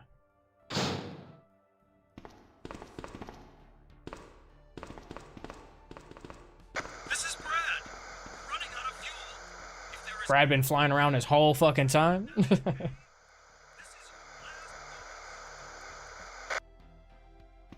Alright, Brad. Redeem yourself. Oh, battery.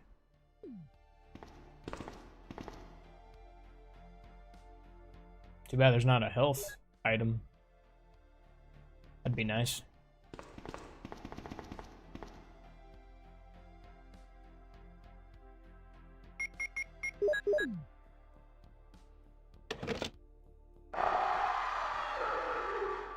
What the fuck? Oh no, you must be kidding. After we've come all the way here. Ladies first. Go first, Jill. But Chris... Give me a chance to play nice guy. Okay, I leave that to you. See you again at the heliport.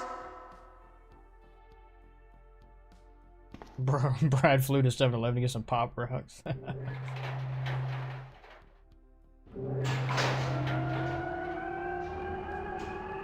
I guarantee we gonna get hit once by this tyrant. We gonna die instantly, bro.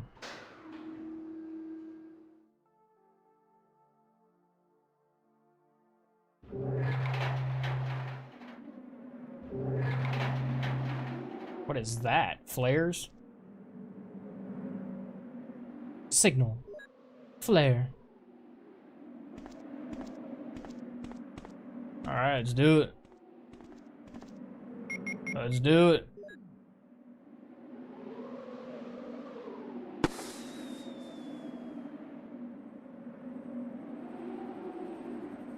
I wonder if the tyrant even comes. Isn't there an ending where the tyrant doesn't even come? It's like the good ending or something.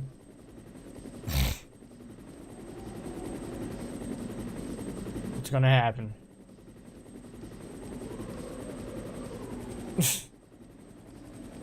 Can't leave Chris behind.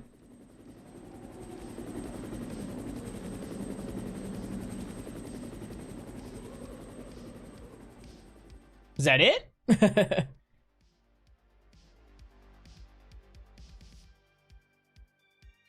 Good ending is all three survive and you fight Tyrant. Well, I guess I got the worst ending possible.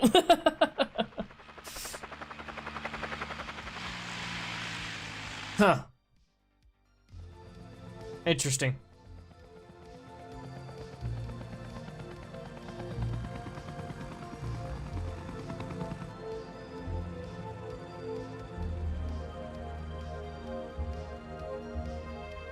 Oh no, there's Chris.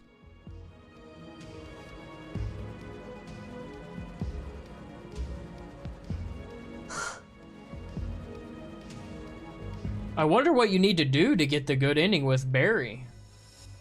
Because I honestly can't remember.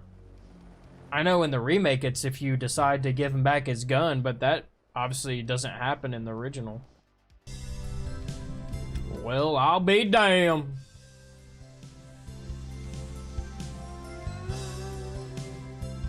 We did it, boys. We did it. Think you have to get to him faster? Ah.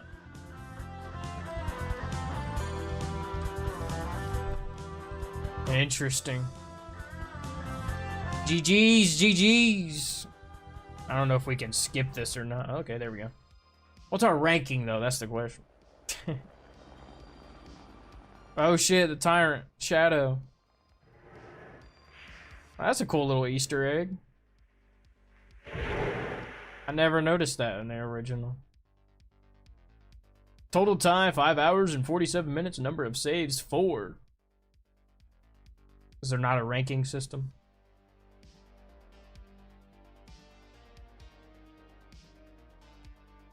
Victory screech.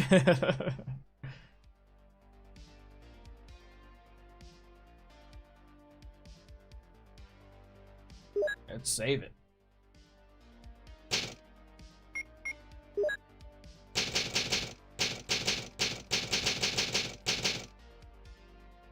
Ba-boom.